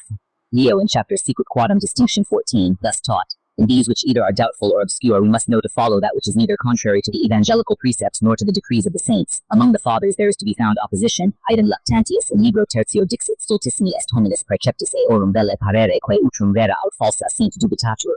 The reason is because God certainly gave man dominion of liberty according to the apostle per se, and in the power of his own will, and from Ecclesiasticus God from the beginning established man and left him in the hand of his counsel. Reason because then, when there is doubt concerning the reception of the law, there is also doubt whether the law has ever obligated, and therefore one possesses liberty.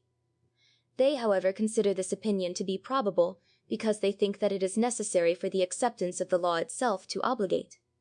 The second opinion, which Croy holds in Book 1, states that the law obligates if it is ecclesiastical, but otherwise if it is civil it does not.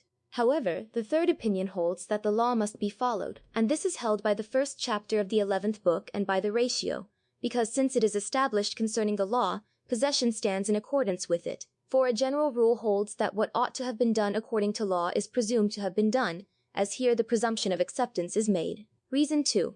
Because the law, when it has already been enacted and promulgated, does not need acceptance, as the aforesaid AA thinks saltum, ut recte dicunt Croy. The law, provided that it is not certainly abrogated, before acceptance already has the force of binding, whence although someone may not sin against the law, because it itself has not yet been received 13898. What is in doubt whether the legislator be a legitimate superior?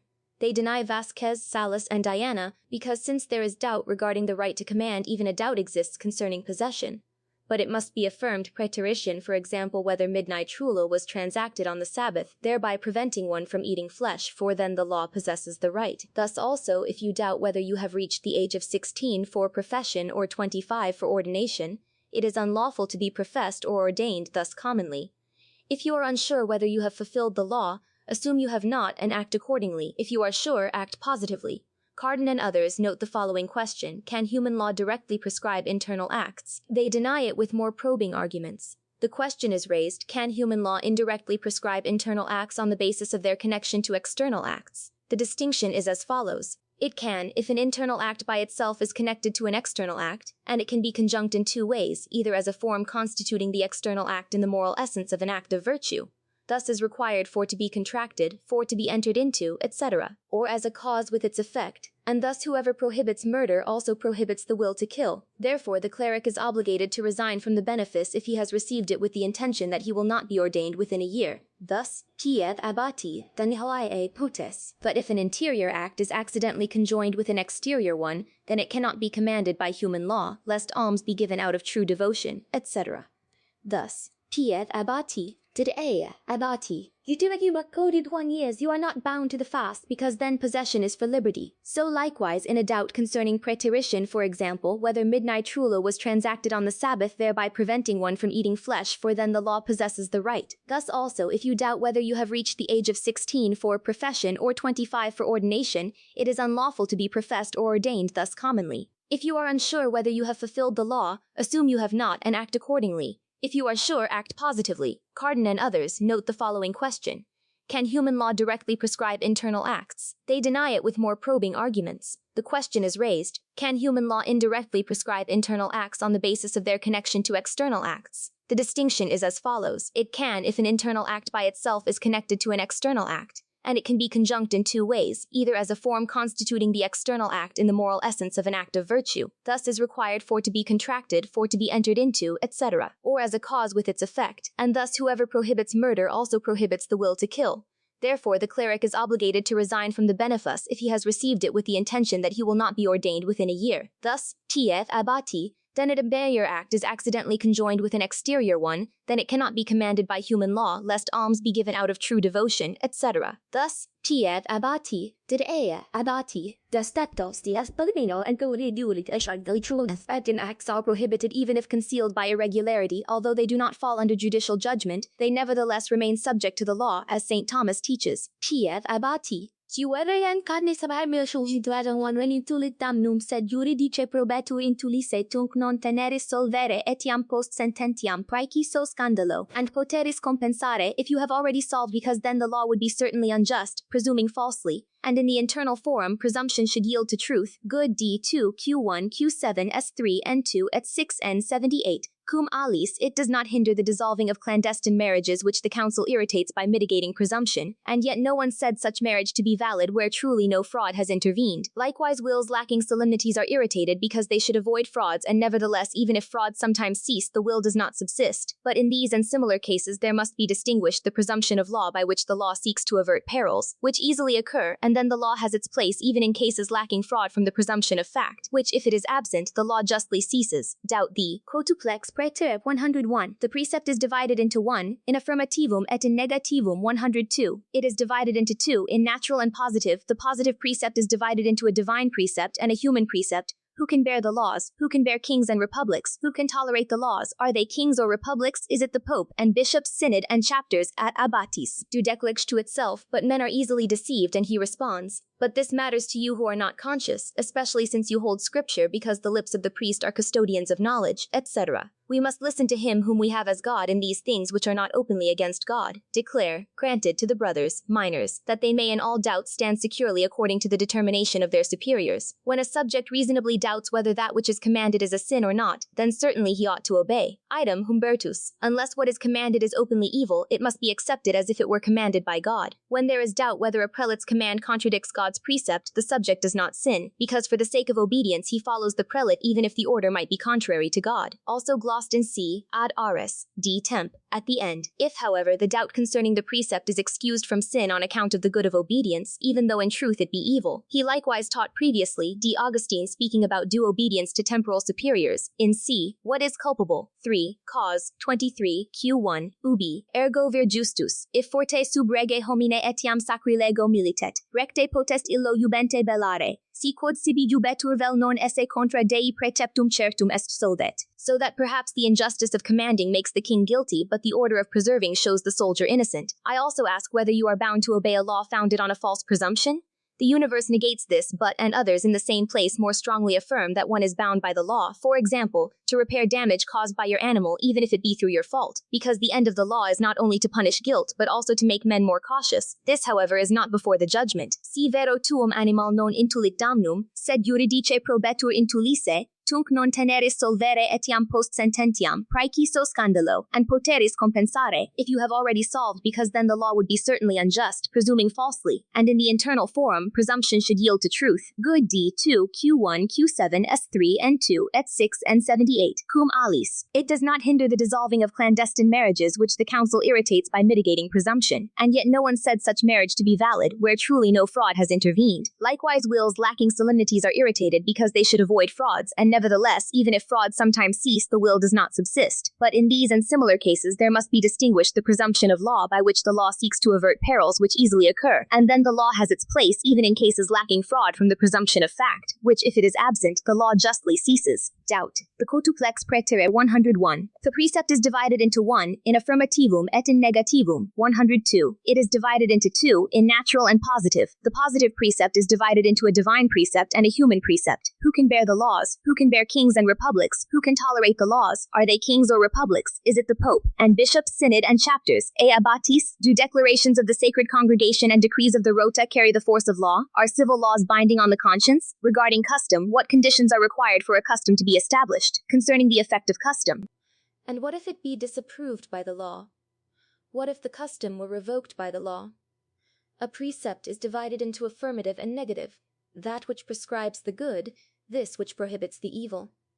They differ in that the affirmative precept obligates generally, but not at every time, e.g., parents are to be honored, but not always, only at their proper times, whereas the negative obligation binds always. Point 2. Or of the law of nature is this dictation or judgment of our reason, by which through the light impressed upon us we have established what ought to be done, and what ought to be avoided, which is that good is to be done, evil is to be avoided. From which general precept particulars, for example, that God is to be worshipped, that injury is to be done to no one, indeed all the precepts of the Decalogue except the circumstance of the Sabbath, and many other things are derived. A positive precept is one or a precept of positive law which has been established by the will of God or of men, and from it depends, for example, the precept concerning baptism, Lenten fasting, etc. But how positive precepts can be changed and varied is seen among the scholastics. The old law contained precepts moral, ceremonial, and judicial. Divine positive is divided into precepts of the old law and of the new law. The new law contains precepts of a supernatural nature, namely those concerning faith and the sacraments. Human positive law is divided into ecclesiastical canon law, precepts established by 104. It is certain that there is given to men the power of inflicting laws, and this power as regards civil laws can compete with nature no one except the community of men, and from it is transferred either to one or to many by whom the community is governed. Hence the Supreme Pontiff cannot exercise the power to enforce civil laws except over peoples who are subject to his temporal dominion. However, it may nevertheless abrogate or correct if they oppose such laws to equity. Therefore, in the case when he would have, concerning him who led away the mother, the law prohibiting the giving of aliments to illegitimate children is abrogated. Kings and supreme princes who do not acknowledge the superior can bear and conform to them in conscience. See it stated thus. Among the doctors there is doubt concerning the heir of the king, for if they are not conjoined, it is certain that laws can be imposed, but if they are conjoined, even with a constant marriage, the power to govern and hence to impose laws pertains to them, the psalmist thinking this more probable, since states also possess the same power. Other cities, unless exempted, cannot enact laws except according to custom or by permission of the prince. They nevertheless are able to enact certain statutes by which citizens may be bound through force or to issue other precepts concerning temporal matters which may be revoked by the prince, to whom subjects are subject. As regards ecclesiastical laws, it is certain that immediate power to enforce them is communicated directly by Christ, Lord and founder of the Church, to the Church itself, Tano. And this power must certainly be held to reside with the Supreme Pontiff, as the universal head, Christ's vicar, and successor of St. Peter, to whom the entire governance of the Church was committed independently from the 50th. 1. As regards ecclesiastical laws, it is certain that the authority to enforce them immediately comes from Christ, Lord of the Church, instituted as such.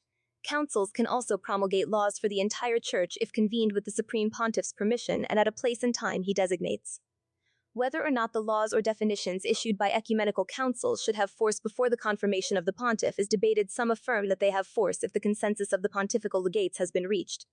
But it must be absolutely said that a necessary requirement is the express confirmation of the Pope when he himself is not personally present at the council. Moreover, no authority is granted to the legates to confirm the decrees of the synod, which otherwise have no greater authority than that which is conferred upon them by the Pope himself. Tainoted. Meet a player oa, as taught in 2 ad 13, and together with it are 3. From 4 against the recent French, and it is confirmed by the example of so many general councils which after completing definitions deemed it necessary to seek and obtain confirmation from the pontiff, as was the case in Como. in Nicaea and at the final session of the Council of Trent, as it is read in session 25, hence with merit did number 29 say, futile and repeatedly convulsed is the assertion concerning the authority of the Roman pontiff above the ecumenical council, and in questions regarding the doctrine of faith it must be examined with infallibility. This most utterly false proposition is fully and with great advantage confuted from principles for confirming both the dogmas of faith and morals for all propositions condemned by the pontiffs, although not all are heretical, some being temerarious, others erroneous, others scandalous, etc.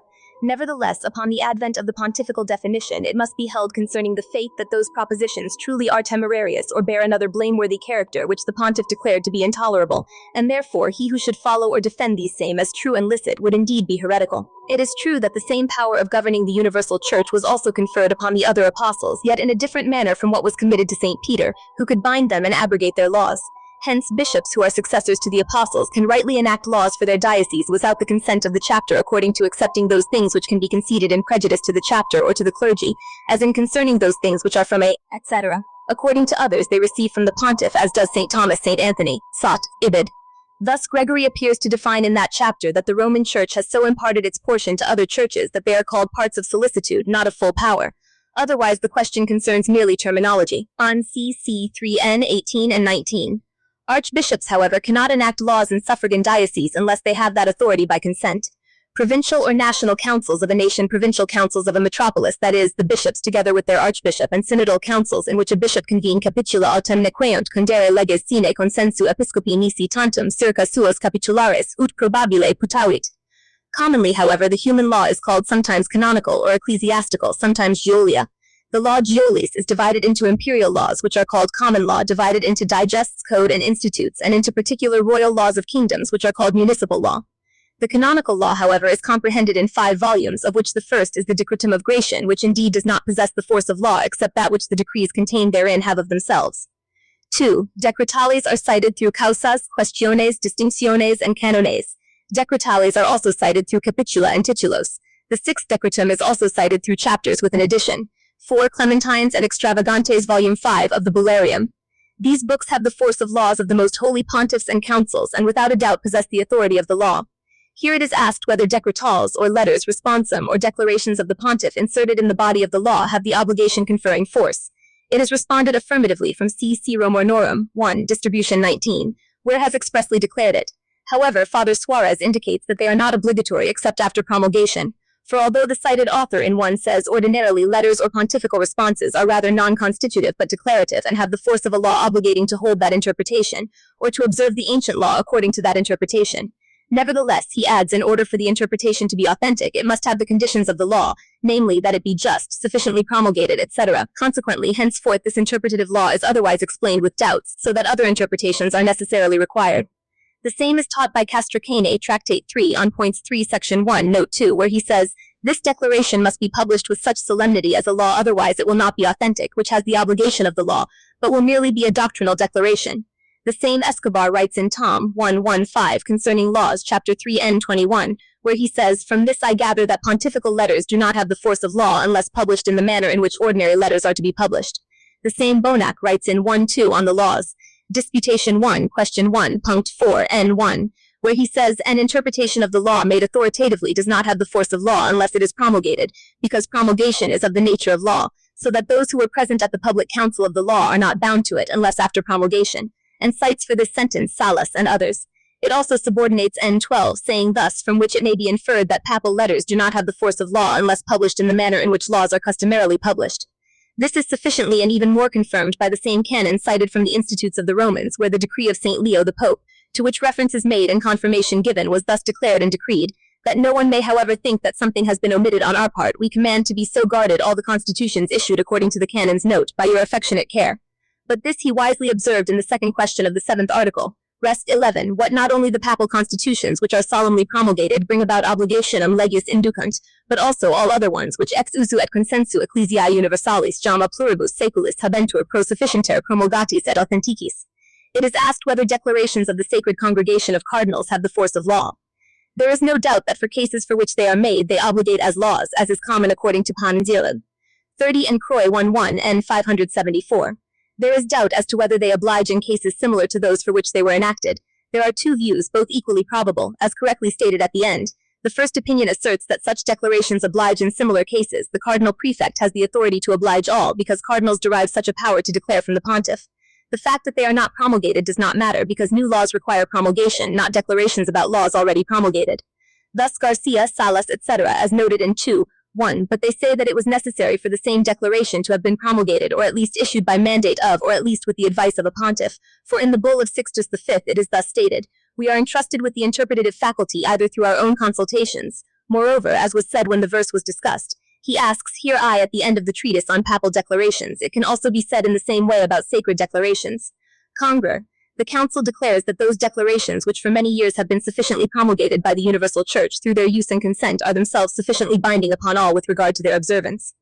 The second sentence states that although such declarations are of great weight, they nevertheless do not oblige all unless they are published solemnly by the command of the Pope with a special mandate for the whole Church, so that the pontiff may command all to observe them. Then indeed he alone speaks as head and doctor of the Church, otherwise it seems that he is speaking merely as president of that congregation, to which at that time he does not seem to communicate his entire authority and infallibility. N10. Bon acte de leg decretum liber, ber, quaestio, 1, pars 1, numeral 4. Pont de matme bib 5, cap 13, 2, N7, et N3, et N6, Maz. Charca, 1, Doctor 2, question 1, chapter 2, question 3, chapter 2. Cross L1 N 215, 216, and 217, with and with R29, with cr 1 N 30, with point. Tapia lexan et hinc tales declaraciones de este genero cum frequenter non promulgentur solemniter sunt quidem magni ponderis, sed nequeunt habere vim legis et tantum obligant uti sententiae particulares illorum casuum pro quorum decione petuntur, non vero pro similibus. It does not hinder to say that the promulgation is required indeed for laws, but not for declarations of laws already promulgated. For such declarations, when they are made regarding matters of doubt in which contrary opinions can exist concerning the understanding of the law, then they have the character of new laws, at least in dubium, whether they themselves have or do not have the force of obligating laws. He says not to obligate them. In fin, where he himself writes, the question hangs, this from the mind of the pontiff poising power over them. It is not to be presumed to have the force of law, especially since they are not authentically promulgated. Therefore, the quotations for this decisions, however, of the Roman tribunal have less authority than the declarations of the Sacred Congregation. Croy L1 N 576, with Luca and Fagund at the Law 8 N 16. Do the rules of the Chancery oblige universally? He denies. However, Mazzotti affirms, as can be seen from Croy L1 N 575. The question is whether civil laws oblige in conscience. On this important point, several principal matters should be noted. Some civil laws have been expressly approved by canon law, others expressly corrected, and still others neither approved nor rejected. Therefore, the first point is stated as follows. Laws approved without dubium oblige in conscience, thus is the law concerning noxals, in which a triennium is given for experimentation with conjugal impotence. This was approved by Celestine III. The laws invalidating marriage between adopter and adoptee were approved, as well as those descending from this, according to the aforementioned. Moreover, also the 55 precepts concerning the right of nuptials likewise between the adoptee and the children of the adopter, according to the law. By adoption, also between the adopter and the wife of the one adopted, and conversely, according to the law. Adoptius. To be said, civil laws, even when corrected by canon law, do not bind the conscience, such is the law for a prince. The same applies to a married man who acknowledges that his marriage has been dissolved will not be judged an adulterer, even though he admits the dissolution. Thus both judgments are governed by this principle, because conjugal fidelity must be observed in each case.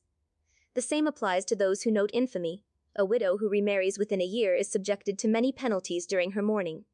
But this Urban III abolished in C4 and of Mariro F. according to the law Gracchus. Chapter same title grants to a man the faculty of killing an adulterer who is committing fornication with his wife basely and in writing.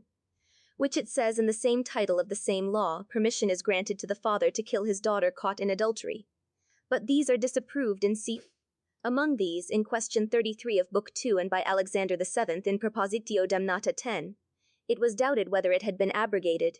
To be said through as civil laws that are not condemned seem to be approved by touch according to canon law, for just as civil laws are not despised but imitate sacred canons, so too the statutes and constitutions of sacred canons assist the princes. Likewise, the Holy Church does not reject the service of secular laws which imitate traces of equity and justice. Hence we flee too, when you were of and our Pope Benedict XVI LCP 420 N1, cum abate manoci et communi dicunt, judicem ecclesiasticum in quaestionibus in quibus de jure canonico nihil reperitur decimam debere se conformare juri ad ananest siadisti. He commands, as regards the order's public discipline pertains to your laws themselves, and the rulers of the religion are also their parents. On custom 107. This is to be treated concerning custom of which there is no mention among Busem. It was spoken concerning the written law. Now some things are to be added concerning custom which is called unwritten law. In order that custom may have the force of law, 3 things are required. First, that it be introduced not by a particular individual but by the community, at least by the greater part of the community, which is capable of bearing laws even though it does not actually bear them, for then custom has the force of law from the tacit consent of the principal. This must be noted, women cannot introduce a custom contrary to the laws proper to men, nor vice versa. Neither can ecclesiastics go against laic laws, nor conversely unless the matter be common. Hence also in matters spiritual, clerics are not bound by a custom made by laity. It is required that the custom be rational, therefore no custom is valid if it conflicts with the law of nature or is not necessary to have a firm faith. Even by sinning a custom can be formed. Thus, a long continuous period of repeated acts is required. However, what length of time is sufficient? The first opinion states that it is left to the discretion of prudent persons based on the repetition of acts and the nature of the matters involved, etc. The second opinion holds that it is both sufficient and necessary to require the decomium, since this is the lengthy period required by law to establish a custom, unless some sacred provision elsewhere applies. Thus it is. But this decade may suffice, Bruce. They note, however, it is said that continuous time is required. For if it is interrupted even by a single act of the majority of the community, or if during the interval the prince punishes those who introduced the custom does not prescribe. Thus, it is said, however, of repeated acts for custom requires that acts may be repeated through several instances according to prudent discretion, that acts may be free and not placed by violence or fear or ignorance. For instance, if the people suppose a law to exist which in reality does not, it is required that acts be notorious, at least made known as such. For a custom to be validly established, there must be an intention either to bind oneself or to introduce the custom. Therefore, no custom is formed if the people, or a majority of them, act from devotion, gratitude, or similar motives, or if they have violated the law through a lack of intent to comply with it due to levity. In doubt, however, whether custom is from devotion or from obligation, sub gravi vel levi, does it bind to guilt or only to punishment?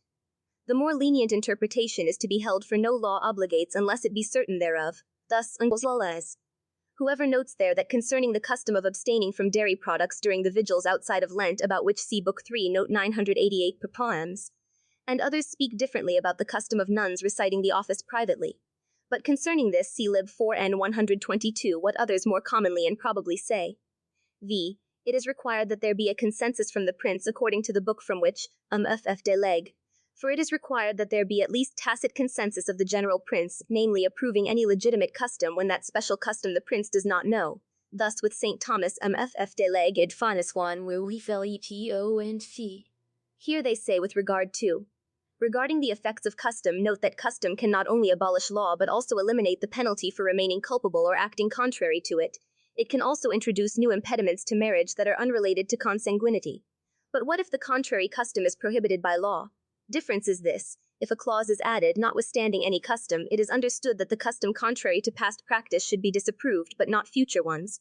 If, however, the clause reproves any future custom, still N43, and concerning matrimony DC 11 N33 cum, what if all future custom is reprobated as irrational?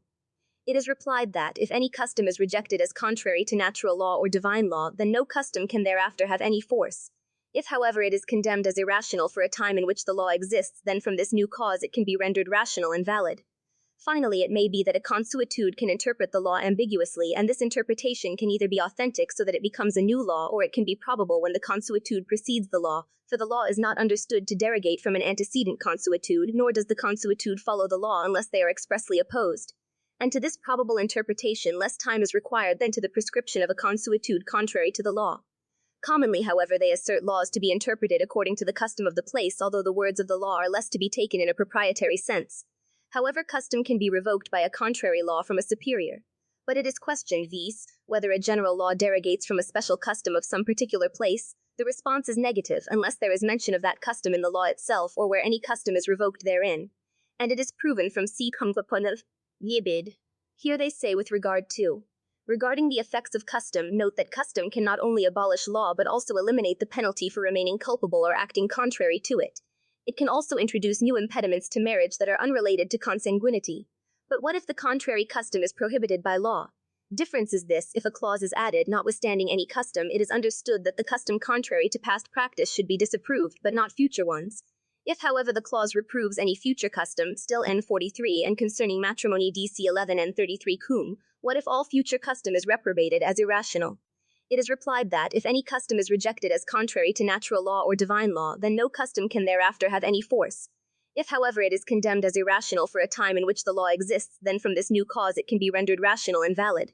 Finally, it may be that a consuetude can interpret the law ambiguously, and this interpretation can either be authentic so that it becomes a new law, or it can be probable when the consuetude precedes the law, for the law is not understood to derogate from an antecedent consuetude, nor does the consuetude follow the law unless they are expressly opposed. And to this probable interpretation less time is required than to the prescription of a consuetude contrary to the law. Commonly, however, they assert laws to be interpreted according to the custom of the place, although the words of the law are less to be taken in a proprietary sense. However, custom can be revoked by a contrary law from a superior. But it is questioned vis, whether a general law derogates from a special custom of some particular place. The response is negative unless there is mention of that custom in the law itself, or where any custom is revoked therein. And it is proven from C. Humwepum pontifical infallibility. The first opinion is that Luther and Calvin teach that the Pope can be fallible even when speaking as the universal teacher and even when in agreement with the council. The second opinion holds that the Pope cannot err even when speaking privately. The third is held by some who teach that the Pope can be fallible when teaching outside the council, regarding which for the greater clarification it is to be presupposed that the said opinion was embraced by the French clergy in the year when those 4 famous propositions were issued, of which, setting aside others not pertinent to the present matter, the second asserts, thus to reside in the apostolic see the power over spiritual things, so that the decrees of the Council of Constantinople regarding the authority of councils may be valid simultaneously with them, nor are they to be approved by the Gallican Church, who twist their decrees for a time only of schism. Fourthly, in questions of faith also the principal parts belong to the Supreme Pontiff, and his decrees pertain to all churches, yet no judgment is irreformable to be held unless the consent of the Church shall have been obtained. And in the same decree of the Gallican faculty it was ordained that no one would receive a laureate doctorate unless he had publicly defended these propositions beforehand, and thereafter bind himself by oath to defend them. Afterwards Alexander VIII declared the decree of the Paris faculty, issued in the midst of many matters in the year Pomoina, to be null and void by a bull which begins inter multiplices, and commanded no reasoning to be had concerning it. But Ludovicus Meinbergus, to whom later joined otherwise Louis Dupenus, having dismissed his habit of the Society of Jesus, nay, being rightfully expelled from it, offered himself to defend those propositions boldly as he did, until he received an appropriate reward for his boldness from God through an unexpected death. However, concerning the year Pomoina, the same bishops who had conspired to emanate those 4 propositions in the council held in 1682 subsequently dealt with them through an epistle to Innocent XII, and they retracted the Mass from all. That same on page 1, line 191, Roncaglia in Animadores on the Nativity above. Thus far concerning the third sentence. The fourth common opinion to which we subscribe is that although the Roman pontiff as a particular person or private doctor can err and is also fallible in matters of mere fact which depend chiefly on human testimony, yet when he speaks as the universal teacher, defining from the chair, namely by supreme teaching authority handed down to Peter and his successors to teach the Church, then we say that he is absolutely infallible in deciding controversies regarding faith and morals. This sentence is guarded by Traui, muy molire, one senatum. This form to not. A quarter to not. And the Bayan free that word means a call not what. Only at such times when he proceeds prudently in defining questions by listening to the judgment of the wise. But others say more correctly that this condition pertains only to congruity and not necessity. For it is necessary that the promise of infallibility be such that all who uphold pontifical infallibility confess that it was made solely through the Pope and not through consultation or examination. Otherwise heretics could always object that a sufficient examination did not exist, just as sectarians opposed the Tridentine Council in fact. It will pertain to the providence of the Holy Spirit that the pontiff not rashly nor imprudently ever act and decide in such a matter. Haec est nostra conclusio probata. From Scripture, and especially from that in Matthew 16:18. Natalis Alexander explains the Church for Peter but an inept interpretation, which would render the sense more inept, namely, upon this church I will build my church. Nevertheless, from the very sense it is apparent that the entire discourse is directed to Peter, commonly the saints, fathers, as Basil, Cyprian, Chrysostom, Hilary, Tertullian, Epiphanius, and Origen say. By the name Petra is understood Petrus, and significantly Saint Basil in the first 2 against Eunuch says of Peter. Because faith was given to him, the Church's edification received itself in himself. and St. Leo, Sermon 94 on Cyprian 1 de Unit. The Church says to Peter is given the primacy, that there may be shown forth one Christian Church and one cathedra. Elsewhere in his work against also St. Leo's Sermon 3 in Anacores. Thus it represents Christ speaking to Peter. When I am inviolable as Petra, yet you too are Petra, who are solidary with my virtue, that what is proper to me by power may be common to you through participation with me. And this is made more apparent from the Act of Council of Chalcedon, Action 3 among Bellarme. Hence Bellarme adds, the Catholics teach that this metaphor signifies to Peter being entrusted with the government of the whole Church and to give precepts concerning faith. According to this promise, the Apostolic Church of Peter remains immaculate from all seduction. Butcherian question. If therefore such a structure is the Church against which inferiors cannot prevail so that it may not be ruined, it is necessary that its base and foundation cannot be destroyed, lest being destroyed the foundation, the whole house collapse. Therefore says, if the inferi should prevail against Peter, in whom the Church is founded, they would also prevail against the Church itself. It is also proven from Butcherian, and I will pray for you that your faith may not fail. From which textually the same passage affirms that the authors have collected the pontiffs to be perpetually infallible. It is proven from ecumenical councils and from the Council of Chalcedon, where it is stated, all things defined by him, namely the Pope, are to be held as having been said with the authority of the Vicar of Peter, and anathema was pronounced against those who did not believe thus. Then in the same place Butcherian question, the fathers of the Pontifical Council embraced the doctrine as that held by Blessed Peter and sought to have all the dogmas of the council confirmed by the authority of the Apostolic See. The Universal Council of Lyon held that even the Holy Roman Church possesses the highest principality over the Universal Church, a status also conferred by the Lord himself in baptism. The Roman Pontiff, who is the successor of Peter, acknowledges having received plenitude of power, thus any questions arising from faith should be defined by his own judgment. 3. From the Council of Florence, where in the last session it is thus read, we define the Roman Pontiff to have primacy over the whole orb and to be successor of Peter and head of the whole Church, and he himself. We define that the Roman Pontiff has received from our Lord Jesus Christ full power over the Church to be governed by Peter, in what manner also is contained in the Acts of the Ecumenical Councils and in the sacred canons. If therefore it is certain that the Pope is the teacher of the whole Church, it must also be held certain that he himself ought to be infallible, lest the Church at any time be able to be deceived by its own teacher. The Council of Vienna the 15th, General under Clement, adds, whereas it was thus holy to declare doubtful matters pertains solely to the Apostolic See. 113, Probatur 3 XSS, Fathers S. Irenaeus writes, omnes a Romana ecclesia necesse est, ut pendeant tamquam a fonte, et capite, S. Athanasius in Epist. Ad fel. The Pope says the Roman Church always preserves the true sentiment about God, and in the same epistle addressing his Holy Pontiff in discourse he thus speaks to him, you are the depositor of all profane heresies and of all incompetent persons, the chief and teacher and the head of all orthodox doctrine and immaculate faith. Theodoretus says, I expect the sentiment of your apostolic seat, and I supplicate and implore you, that you may send me your just and right judgment as one calling for help. God is one, Christ is one, and one church and one chair upon Peter, founded by the voice of the Lord. Another thing is constituted a new priesthood, it cannot be made besides one priesthood. Whoever has gathered elsewhere scatters. The same writes to Pope Damasus. When I speak to the successor of Peter, upon that rock, namely the chair of Peter, built is the church, and whoever eats the lamb outside this house is profane. If anyone is not in the ark of Noah, he shall perish by reason of the reigning flood. Whosoever does not gather with you scatters, that is, who is not Christ's, is Antichrist's. St. Basil, Epistle 52 to Gregory. Against Julian c. 5. By means of the papal rescript, the cause of Pelagians was brought to an end. The standing of the Pope's sentence is more fitting, inasmuch as it pertains to him to determine regarding faith than that of any wise men, and Q. 11, art. 2-5. After they had been determined by some authority of the Church, he would be a heretic, if anyone resisted, which indeed authority principally resides in S. Pront. The Pope cannot err provided two conditions. First, that he define what pertains to the papacy, and second, that he intend to promulgate a doctrine concerning faith. This is shown even by the French school, for Hotendrus objects to us with a heretic's remark, the whole of France dissenteth from us, since Melante exerts it asserts Prot. 29. Alexander VIII are few the Gauls who contend for the infallibility of the Roman pontiff in comparison to the more noble Gauls who defend it, especially Peter Matthai in his Dissertations on the 4th chapter 10, where he says, finally, from these we can say that the plenitude of power was given by Christ to Peter as his vicar, and to his successors he wrote thus in the aforementioned place. Otherwise there is no doubt that Gerson, as P. Victoria says in his treatise on the authority of the Pope and Council, Tract 5, was most relentless in his opposition to the authority of supreme pontiffs, and infected many others with his poison, for he does not differ much from Schism, his opinion on the authority of the Pope. They likewise attempted to establish in the General Council of Leon II, where among others were counted the bishops of Gaul who had received the Greek confession, namely that the Holy Roman Church held full principate over the universal Church, etc., as will be referred to below.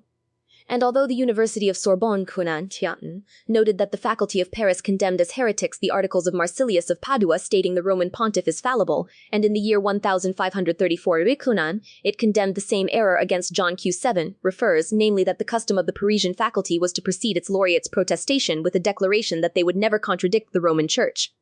The same author reports that they themselves condemned Marcum Antonium de Dominis as heretical because he taught the authority of the pontiff to be fallible. Therefore, the aforementioned Duvalius, although a doctor of the same Sorbonne, did not hesitate to write in the cited place, "The opinion which is held in Rome lacks validity, without any presumption, since the entire world, except for a few doctors, embraces it, and furthermore it is confirmed by very strong reasons both from Scripture, councils, and fathers, as well as from theological principles," he says on page 4, question 7. Now no one holds such a certain opinion in the Church except Vigorium and Richerium. If their opinion were true, almost the whole Christian world which holds the contrary would grievously err in faith. Therefore he adds that the opinion concerning the prelation of councils by the authority can scarcely be excused on account of the temerity of disobedience, for it fosters disobedience and many divisions to a great extent and has always excited great tumults in the Church.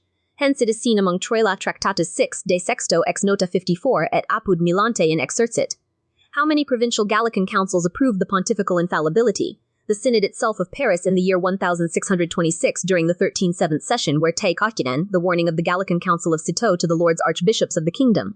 Behold what it perceived. We therefore exhort all bishops that the Holy Apostolic Roman and Roman Church, as the mother of churches by divine espousal infallibly, speaking thus about the very Roman pontiff, for he is the successor of Peter whom Christ Jesus founded the Church upon, when he gave to him the keys of the kingdom of heaven, and a house of infallibility in matters of faith. It is especially noteworthy that the bishops of Gaul, in obedience to the bull which Innocent X issued concerning the affixing of the Jansenist theses, wrote to him et intercetra verba haec, hujus doctrinae lucem pristino decori restituit prolatum a es va postulentibus Galliarum episcopis decretum quo in negotio illud observatione dignum accedit ut quem ad modum inus.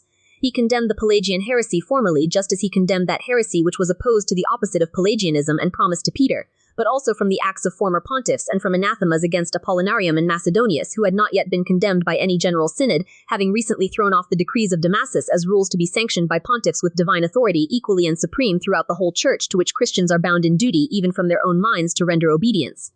The aforementioned bishops, venerating the bull, permitted it to be promulgated and thus wrote back to Innocent: "Most blessed Father, that desired constitution has come to us. The authority of sanctity clearly decrees what should be thought concerning the 5 propositions extracted from the books of Bishop Cornelius Jansenius of Ypres. In this matter it is worthy of observation how Innocent responded to the relation of the bishops of Africa. It condemned the Pelagian heresy formerly in a similar manner, opposing to the heresy presented against it from the opposite side by the Gallican bishops' consultation. Innocent did. By its own authority it has prohibited, and was followed by another letter from Zosimus addressed to all bishops of the world, without delay subscribed to the condemnation of the Pelagian heresy, for it had perceived not only from Christ's promise made to Peter, but also from the acts of previous pontiffs and anathemas against Apollinarism and Macedonianism, which had not yet been condemned by any synod, having been cast off by Damasus a little earlier. Judgments for the regulation of faith are handed down by supreme pontiffs according to episcopal consultation, whether they place in their acts the opinion of the council or omit it as it may please them, when other churches of apostles have been either occupied by infidels or affected by heretics for some time. This one alone has withstood the attacks of enemies, neither infidels nor heretics. Hence there is inquiry whether it can be asserted that a heretic at some time may cause the Roman seat as well as the others to defect from the faith of Christ. E faciant satis Hieronymus perjurum dicens, who Romanae sedes fidem non fuerit secutus Cyprianus dicens, who cathedram Petri supra quam fundata est ecclesia deserit, in ecclesia esse non confidat.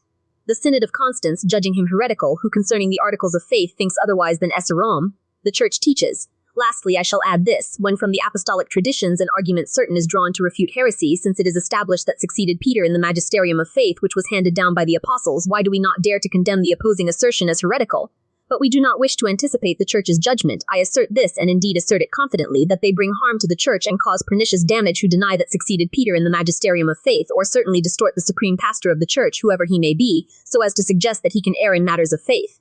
Each indeed do heretics, but those who in both things oppose them are held to be Catholics of the Church, and the reason for this grave judgment of Cyprian is that by the decrees those who obstinately resist are first subjected, they became schismatics first, then heretics. From all these things finally conclude according to Poesia.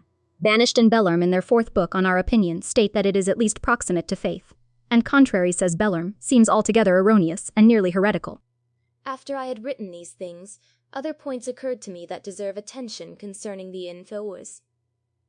It is said in the aforesaid, a judgment namely, that of the pontiff is not considered irreformable unless the consent of the Church has been attained. Now we inquire, in what manner this kind of consent ought to be attained? Others say that the definitions of the popes become irreformable only when the consent of all the faithful is added. Others say that at least the consensus of all the bishops should be added. Others think that the consent of a single province is sufficient. Others finally require the consent of a majority of bishops residing throughout the Christian world, for this opinion is more consonant with the practice which has followed in rendering decisions regarding doubts concerning faith. Given this, it is inquired what should be said if a part equal to the bishops accedes according to a pontifical decree. What then should be thought of the judgment of the pontiff? And what if a smaller part accedes, as happened in the 4th century, when only 18 Orthodox bishops adhered to the sentence of Pope St. Melchiades, but against it 400 rejected it, as reported by Hamoldus in his introduction? In a similar case, who will settle the dispute, if one supreme judge is not acknowledged who has the infallible power of defining the causes of faith? If, however, the consensus of the greater part of the bishops suffices, certainly we are all bound to believe the Pope to be infallible immediately, as if he himself definitively decides concerning faith or morals. For indeed not only the greater part, but almost the whole Church, with Gaul excepted, teaches this and has always taught it. Therefore either one must admit the infallibility of the pontiff, or say that the doctrine of the Catholic Church of Rome has been confined merely to an insignificant number of Gauls. Moreover, it is certain that if the opinion of the Gallican clergy were admitted, so that the judgment of the pontiff would be infallible as far as the consent of the mind of the Church accedes, then he could not use a mode to convict heretics of their errors, more than by means of general councils, for heretics do not acquiesce in the judgment of the council, even if it is among themselves, but rather they refuse, because those who constitute an older part of the Church exclaim against any council that has erred. Hence it has happened that the heterodox, fearing their own ruin, have thought to be despised by the Roman See, or to be proscribed, and they have been accustomed immediately to call an assembly of the faithful to a general council to avoid a nation to be dreaded. Therefore wise men have written sapria nux cujus verbum hic uat repetere, non aliunde hareses oborte fuerunt aut natae schismata quaminde quod sacerdotale doti Dei non obtemperatur nec unus in ecclesia tempus iudex vice Christi cogitatur cujus secundum magistratum divina obtemperaret fraternitas universa nemo ecclesiam sinderet. Therefore certainly writes Pp. Dierus Abbas Senones in Prefat, to the treatise on authority and infallibility, Holy See. If these had been written, if Cyprian had observed the rules easily, the objections of the Jansenists would have been closed long ago in accordance with the doctrine of the bull Unigenitus, and also the relation of the Gallican clerical declaration is without blame in that the infallibility of the pontiff is not negated before the consensus of the Church accedes. Therefore they still doubt about the acceptance of the bull, and it lives and flourishes yet in France. Advocates of the declaration oppose, saying that the Church is the mystical body of Christ, whence it follows that just as but easily to this is responded. There is no doubt that neither the body after death can be in the head, nor the head in the body, but this does not apply to our case, wherein it is not a question of the constitution or integrity of the body, but solely of the governance of the Church. For the constitution of the body imports that the body itself is not in the head, and the head is not in the body, but the governance of the Church imports that just as the human body is governed by a man, so the Church is governed by the pontiff as its head. Therefore the office of the head, that is to say, of the pontiff, is to give and to govern the Church. The office of the body, that is to say, of the Church, is to be instructed and to obey the pontiff. That very Council of Florence instructed us eloquently to call the pontiff the head of the Church, the father and teacher of all Christians, and properly appending, and it has been handed down that he is invested with full power to govern the Church. That indeed was fulfilled in the words of the Lord Christ, when he said to Peter, "Thou art Peter, and upon this rock I will build my Church." And truly concerning this confirm the brethren yours, that which the Lord said to Peter, he also said to all his successors, for the power of the universal pastor was not conferred upon Peter on account of himself alone, but on account of the Church, that he might govern it. Therefore the power should have been so conferred upon Peter, that it would pass to all his pontifical successors, that the Church might be rightly governed until the end of time, and its unity preserved unto the end. If the decrees of the pontiffs were not infallible unless the consent of the Church was added to them, undoubtedly it would have to be said that the Church was not founded on Peter, but rather that Peter was founded on the Church. And thus equally it must be said that the brothers were not to be confirmed by Peter, but that Peter was to be confirmed by the brothers. Otherwise the doctrine of ours that dogmatic decrees of the pontiffs are infallible is attested by, it is especially held among other authorities, by who when he teaches this certain doctrine says it belongs finally to the authority of that person, namely the pontiff, to determine what pertains to the faith, so that it may be held inviolable inviolably by all through faith. And lasso de hoc est quia una fides debet esse totius ecclesia quod servari non posset nisi quaestio fidei determinetur per eum qui toti ecclesia praest. He once advanced the same reasoning before he began to be hostile towards it, and these are his words: the church would be divided unless unity were preserved by the judgment of one, but this principality of such a kind belongs to Peter and to his successor. That likewise have many pontiffs expressly declared. Anacletus thus wrote, greater causes should be referred to the apostolic see, upon which Christ built the universal church, saying to be Prince of the Apostles, you are Peter, and upon this rock. The same pontiff confirms in letter 3 concerning the same, where he explains what is to be understood by the name of the apostolic see. Here it is prescribed that one who denies to the Roman Church the privilege granted to Peter, namely that the laws of both temporal and celestial sovereignty were committed by Christ the Lord to him, should be considered a heretic. This Nicholas's opinion was confirmed against Photius and Michael, who denied such a privilege to Rome. They had attempted to weaken the seat person also wrote Pat Serinki saying was mitred, fort the disputus on authority and infallibility, Holy See, if these had been written, if Cyprian had observed the rules easily, the objections of the Jansenists would have been closed long ago in accordance with the doctrine of the bull Unigenitus, and also the relation of the Gallican clerical declaration is without blame in that the infallibility of the pontiff is not negated before the consensus of the church accedes. Therefore they still doubt about the acceptance of the bull, and it lives and flourishes yet in France. Advocates of the declaration oppose, saying that the church is the mystical body of Christ, whence it follows that just as but easily to this is responded. There is no doubt that neither the body after death can be in the head, nor the head in the body, but this does not apply to our case, wherein it is not a question of the constitution or integrity of the body, but solely of the governance of the church, for the constitution of the body imports that the body itself is not in the head, and the head is not in the body, but the governance of the church imports that just as the human body is governed by a man, so the church is governed by the pontiff as its head. Therefore the office of the head, that is to say, of the pontiff, is to give and to govern the church. The office of the body, that is to say, of the church, is to be instructed and to obey the pontiff. That very council of Florence instructed us eloquently to call the pontiff the head of the church, the father and teacher of all Christians, and properly appending, and it has been handed down that he is invested with full power to govern the church. That indeed was fulfilled in the words of the Lord Christ, when he said to Peter, Thou art Peter, and upon this rock I will build my church. And truly concerning this confirm the brethren yours, that which the Lord said to Peter, he also said to all his successors, for the power of the universal pastor was not conferred upon Peter on account of himself alone, but on account of the church, that he might govern it. Therefore the power should have been so conferred upon Peter, that it would pass to all his pontifical successors, that the church might be rightly governed until the end of time, and its unity preserved unto the end. If the decrees of the pontiffs were not infallible unless the consent of the church was added to them, undoubtedly it would have to be said that the church was not founded on Peter, but rather that Peter was founded on the church. And thus equally it must be said that the brothers were not to be confirmed by Peter, but that Peter was to be confirmed by the brothers. Otherwise the doctrine of ours that dogmatic decrees of the pontiffs are infallible is attested by it is especially held among other authorities, by who when he teaches this certain doctrine says it belongs finally to the authority of that person, namely the pontiff, to determine what pertains to the faith, so that it may be held inviolably by all through faith. And lasso de hoc est quia una fides debet esse totius ecclesia quod servari non posset nisi quaestio fidei determinetur per eum qui toti ecclesia praest. He once advanced the same reasoning before he began to be hostile towards it, and these are his words: the church would be divided unless unity were preserved by the judgment of one, but this principality of such a kind belongs to Peter and to his successor. That likewise have many pontiffs expressly declared. Anacletus thus wrote, greater causes should be referred to the apostolic see, upon which Christ built the universal church, saying to be Prince of the Apostles, you are Peter, and upon this rock.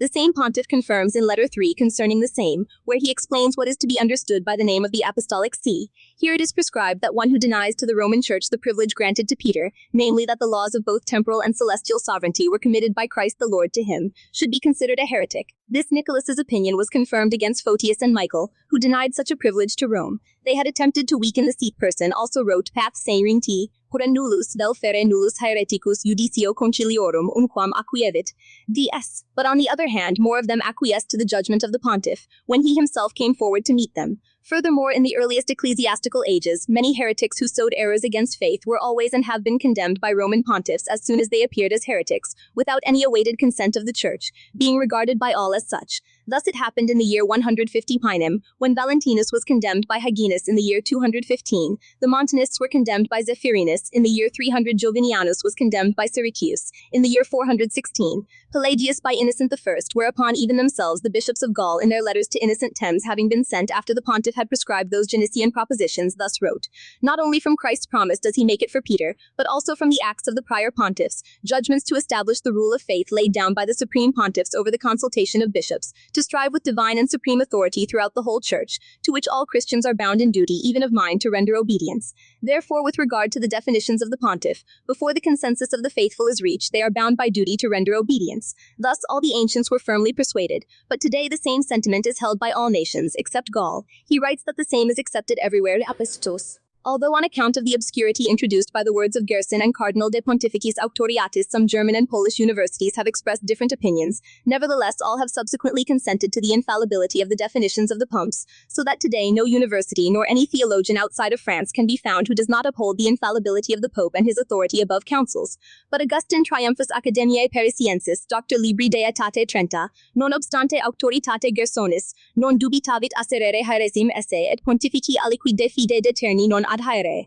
The adversaries assert that many pontiffs have erred in judgments of faith, but we might easily dispose ourselves against this opposition by generally responding with Cano and Bellarmine, that those pontiffs who are adduced as having erred were not universal church doctors, but only privately spoken, as the histories demonstrate.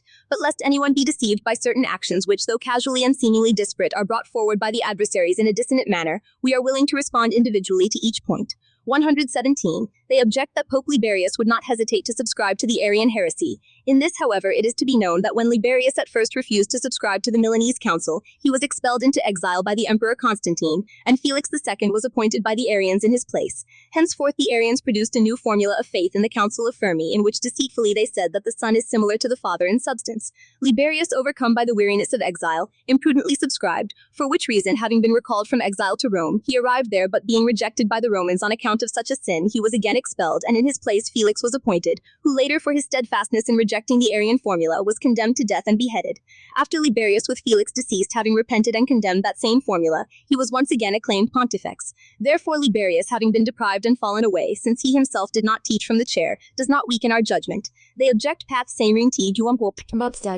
They allege that in his epistle to Theodora Empress, the Pope declared a vigilance against those who would hold two natures in Christ to be anathema. It seems thereby that the pontiff himself adhered to the heresy of Eutyches, but this must be noted, as referred to in No Belarus, but afterwards, when he, having succeeded to the legitimate see of Peter after the death of Silverius, in no way ever professed that error, nor simulated it. They object against the same Vigilius, that he had approved 3 chapters which were later condemned by the General Council of Constantinople. These very chapters had already been confirmed by himself, Vigilius.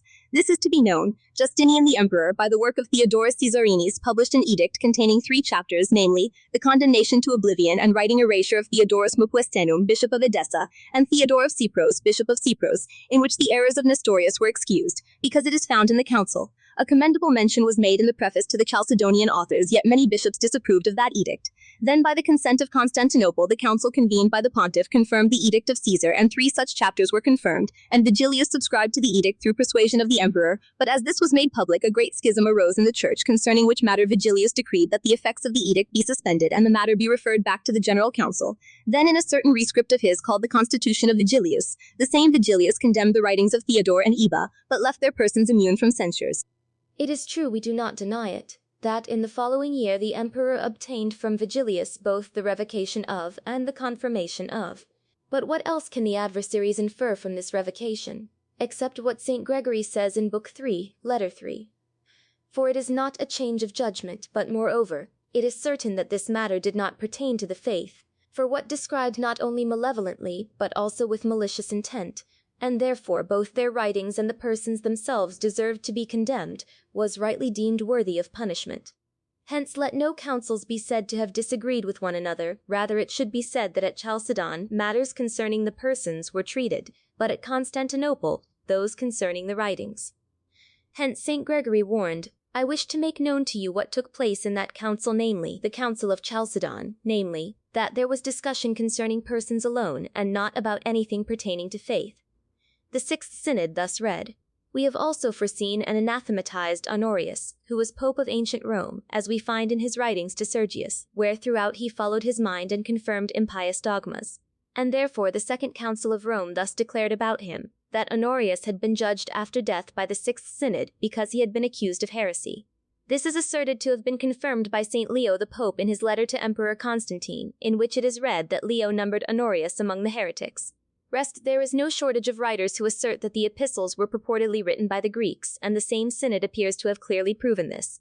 In that record, only those named in Pope Agathon's letter to the emperor are listed as condemned, and that letter makes no mention of Honorius being condemned. On the contrary, by pontifical authority it declares that the Roman see had never failed and would never fail. And this indeed it is believed that proclaimed to remove all suspicion of error against Facinari languages, whose innocence had previously been discussed and strongly defended by Facinari and made manifest by the judgment of Facinaritics, testifies that the acts of the Seventh Council were corrupted, but in response to the Roman Council it is said that the fathers of the Council asserted this based on false and corrupt acts of the aforementioned Sixth Council, as has been shown above. Likewise demonstrates at year 683 and 19 and following that the Epistle of St. Leo was forged by the Greeks with many and strong arguments. But still, with the admitted true acts both of the aforementioned councils and of the letter of Leo, rest fide, there is no shortage of writers who assert that the epistles were purportedly written by the Greeks, and the same synod appears to have clearly proven this. In that record only those named in Pope Agathon's letter to the emperor are listed as condemned, and that letter makes no mention of Honorius being condemned. On the contrary, by pontifical authority it declares that the Roman see had never failed and would never fail. And this indeed it is believed that proclaimed to remove all suspicion of error against Facinari whose innocence had previously been discussed and strongly defended by Facinari and made manifest by the judgment of Facinari testifies that the acts of the Seventh Council were corrupted, but in response to the Roman Council it is said that the fathers of the Council asserted this based on false and corrupt acts of the aforementioned Sixth Council, as has been shown above. Likewise demonstrates at year 683 and 19 and following that the Epistle of St. Leo was forged by the Greeks with many and strong arguments. But still, with the admitted true acts both of the aforementioned councils and of the letter of Leo, rest fide, there the letters of Honorius can be well explained in a Catholic sense, as hold Frasin and Tornelli, and this affirm most worthy men such as St. Maximus, who at the same time defended Honorius against Pyrrhus in debate, and made reparation for the errors of the Monothelites. The same person wrote Anastasius, secretary of Honorius, the same John IV in his apology for Honorius to Emperor Constantine, where he asserted that Pyrrhus indeed hastened to draw Honorius toward his own sense, but Honorius was entirely alienated from a false doctrine. For Honorius confessed himself in Christ to have two wills and operations, but by prudent counsel he forbade the name of one or of two wills, which then were unheard of, for at that time when the error of the Monothelites was arising, and Cyrus the Alexandrian was preaching one operation in Christ, and Sophronius the Jerusalemite two, Honorius, about to quell the impending schism, in his first epistle wrote that one should abstain even from the word one operation, lest it be seen that with the Eutychians one nature in Christ was acknowledged, which from the phrase of two operations, lest with Nestorius it should appear that two persons were supposed. And this is evident from the second epistle of himself Honorius, where it stands thus, repeating therefore as we said scandal of new aid, we are not to preach either one or two operations, but for one, which some call an operation, but we the operator Christ Lord, harmoniously in both natures, truly and gently. Ata apud frasen tate 7, Haec Discourse 2. A. First section, second, question 3rd, article. Nor does it hinder what also wrote, we confess the will of our Lord Jesus Christ to be one, for there he spoke solely of the human nature of Christ, when he said in the man Christ that two opposing wills had not been present, one of the flesh and another of the Spirit, but rather one will of the Spirit alone. For in Christ the flesh did not desire against the Spirit.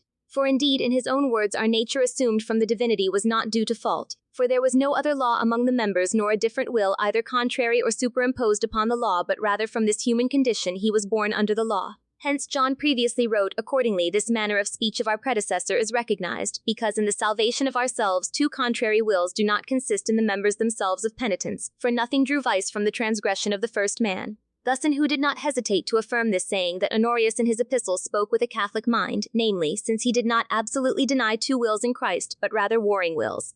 Given even that Honorius had truly erred, Natalis says that one must say that he did not deviate from the path of faith, but rather did not oppose the Monothelite with the virtue that he should have. Although Natalis believes that Honorius was truly condemned by the Sixth Synod, he nevertheless says that it did not condemn him as a heretical and pertinacious opinion, but rather as the advocate of heretics on account of his patronage offered to them, in proof of which he brings the letter of Leo II to Constantine Porphyrogenitus concerning the confirmation of the Synod. In this letter Leo wrote, we anathematize Theodorus Cyrus, Sergius, Pyrrhus, and none other than Honorius, who permitted the Immaculate Church to be defiled by unholy treachery. And although in Canon 6 of the Synod it is asserted that Honorius followed the mind of Sergius in all things and confirmed his impious dogmas, this, says Natalis, must be understood not as consenting but as conniving or indicating silence. for he says that heretics tended toward the same impiety, but through their own assertion of a corrupt dogma, whereas Honorius, by Catholic dogmatic dissimulation, did not consent to it. Hence it is inferred that although Honorius was not heretical, yet he deserved to be condemned on account of his negligence in condemning the Monothelite heresy. Thus also does the anonymous author feel in book titled Gallia Vindicata Dis. 3, 5, N.Q., responding to Ludovicus Meimberg, who does not know that the letters of Honorius were private, not dogmatic, in which nothing did Honorius define, but only his own private opinion he disclosed. He admits, however, that popes can err as men when responding in private writings, but not when acting as magistrates of the Church and teaching the faithful. When this privilege of infallibility is directed towards the good of the Church's public welfare, God did not wish it to be attached to a person, but to an office, and then only was it proper for him to act with the pontifical office when discharging his duties. Which saint never thought to regard this dogma as pertaining to faith, but only to discipline, since himself he wrote in his epistle that any bishop could manage in this controversy according to his own judgment. Therefore Cyprian never declared this to be of faith, but only to the Church. If anyone who had been baptized by heretics came to them, nothing new should be innovated except what was handed down. Because Cyprian thought that ancient tradition required those baptized by heretics to be rebaptized, a general council sought testimony from many bishops about church practice to establish the truth of this matter. Although Cyprian previously resisted, he eventually submitted to the decree as testified by many authorities. Baron Thomas Playbale and others, according to Melante, are definitively attested by St. Jerome in the Dialogue against Lucifer based on the testimonies of the major authorities. I do not wish to say much on this point here, since the first conclusion will be more firmly confirmed by what we shall say in the second part. We are now about to turn to that. Secondly, this should be expected. The same holds true with regard to the pontiff, who is manifestly an external heretical, but not with regard to one who is a cult or mental heretic. Although others may speak more correctly, still it is possible that the Pope be deprived by the council, as by his superior and authoritative judge, but rather immediately to be examined by Christ in the supposititious condition of deposition, so far as this is required for that purpose, to be prenoted.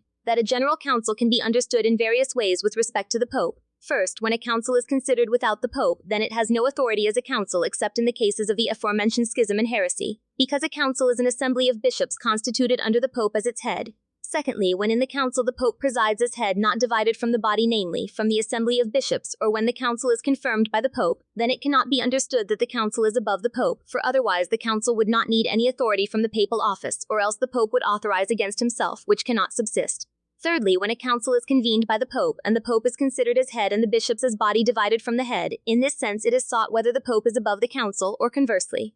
Around this inquiry the first heretical opinion was that the council is above the Pope, as Calvin and others. To this opinion adhered the bishops of the Council of Basel with John of Antioch, and at the time of the schism John Gerson, of whom Victoria says, "That doctor was ever hostile to the authority of the pontiffs, and infected many with his poison." And thus also trembled Alminus Aliacensis, and a few others of that time, whose opinion Fagnanus says ought to be held as naught, inasmuch as it sprang from ambition at the Council of Basel, when Felix V, the anti-pope, was beneficent towards them after Eugenius IV had deposed him. The Gallican clergy declared, as mentioned above, that the decree of the Council of Constantinople regarding the authority of the synod above the Pope should also be extended beyond the time of the schism. Nevertheless, this opinion differs from the opinions who say the Pope is not the head of the whole Church, but only of the Roman Catholics, however say that the Pope is the head of the whole Church, not however in a council gathered and collectively, but divisively of the individual churches, as the general is with respect to the monasteries of the order. The second sense of the glossa in chapter Nisi Compiterum 2, Q. 7, is that the Pope be above the council, yet, so far as he himself voluntarily submits to the council, he is bound to conform to the council's decree.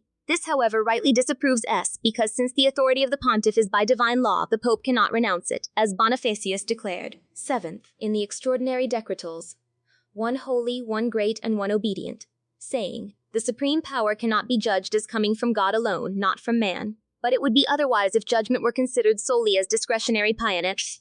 However, the third opinion, to which we subscribe, holds that the Pope is never in doubt being always above the general council, or above all churches, even collectively considered, and this they guard for St. Thomas, S. Bonev, Og, Cajetanus Gatti, and our other fathers commonly say, Sfondratus. It is proven from Scripture, and Luke 22:31.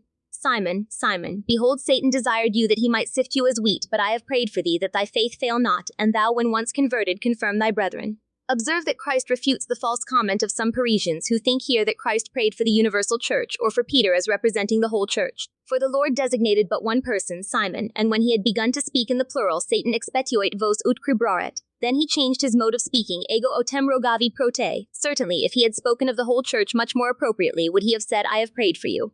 Moreover, those words clearly confirm and manifest that Christ was not addressing the church, for who can pretend to be the brothers of the universal church? Nor should be heard those who teach that Christ prayed here for the perseverance of Peter, for they strive to interpret those words, confirm your brothers, in a later sense.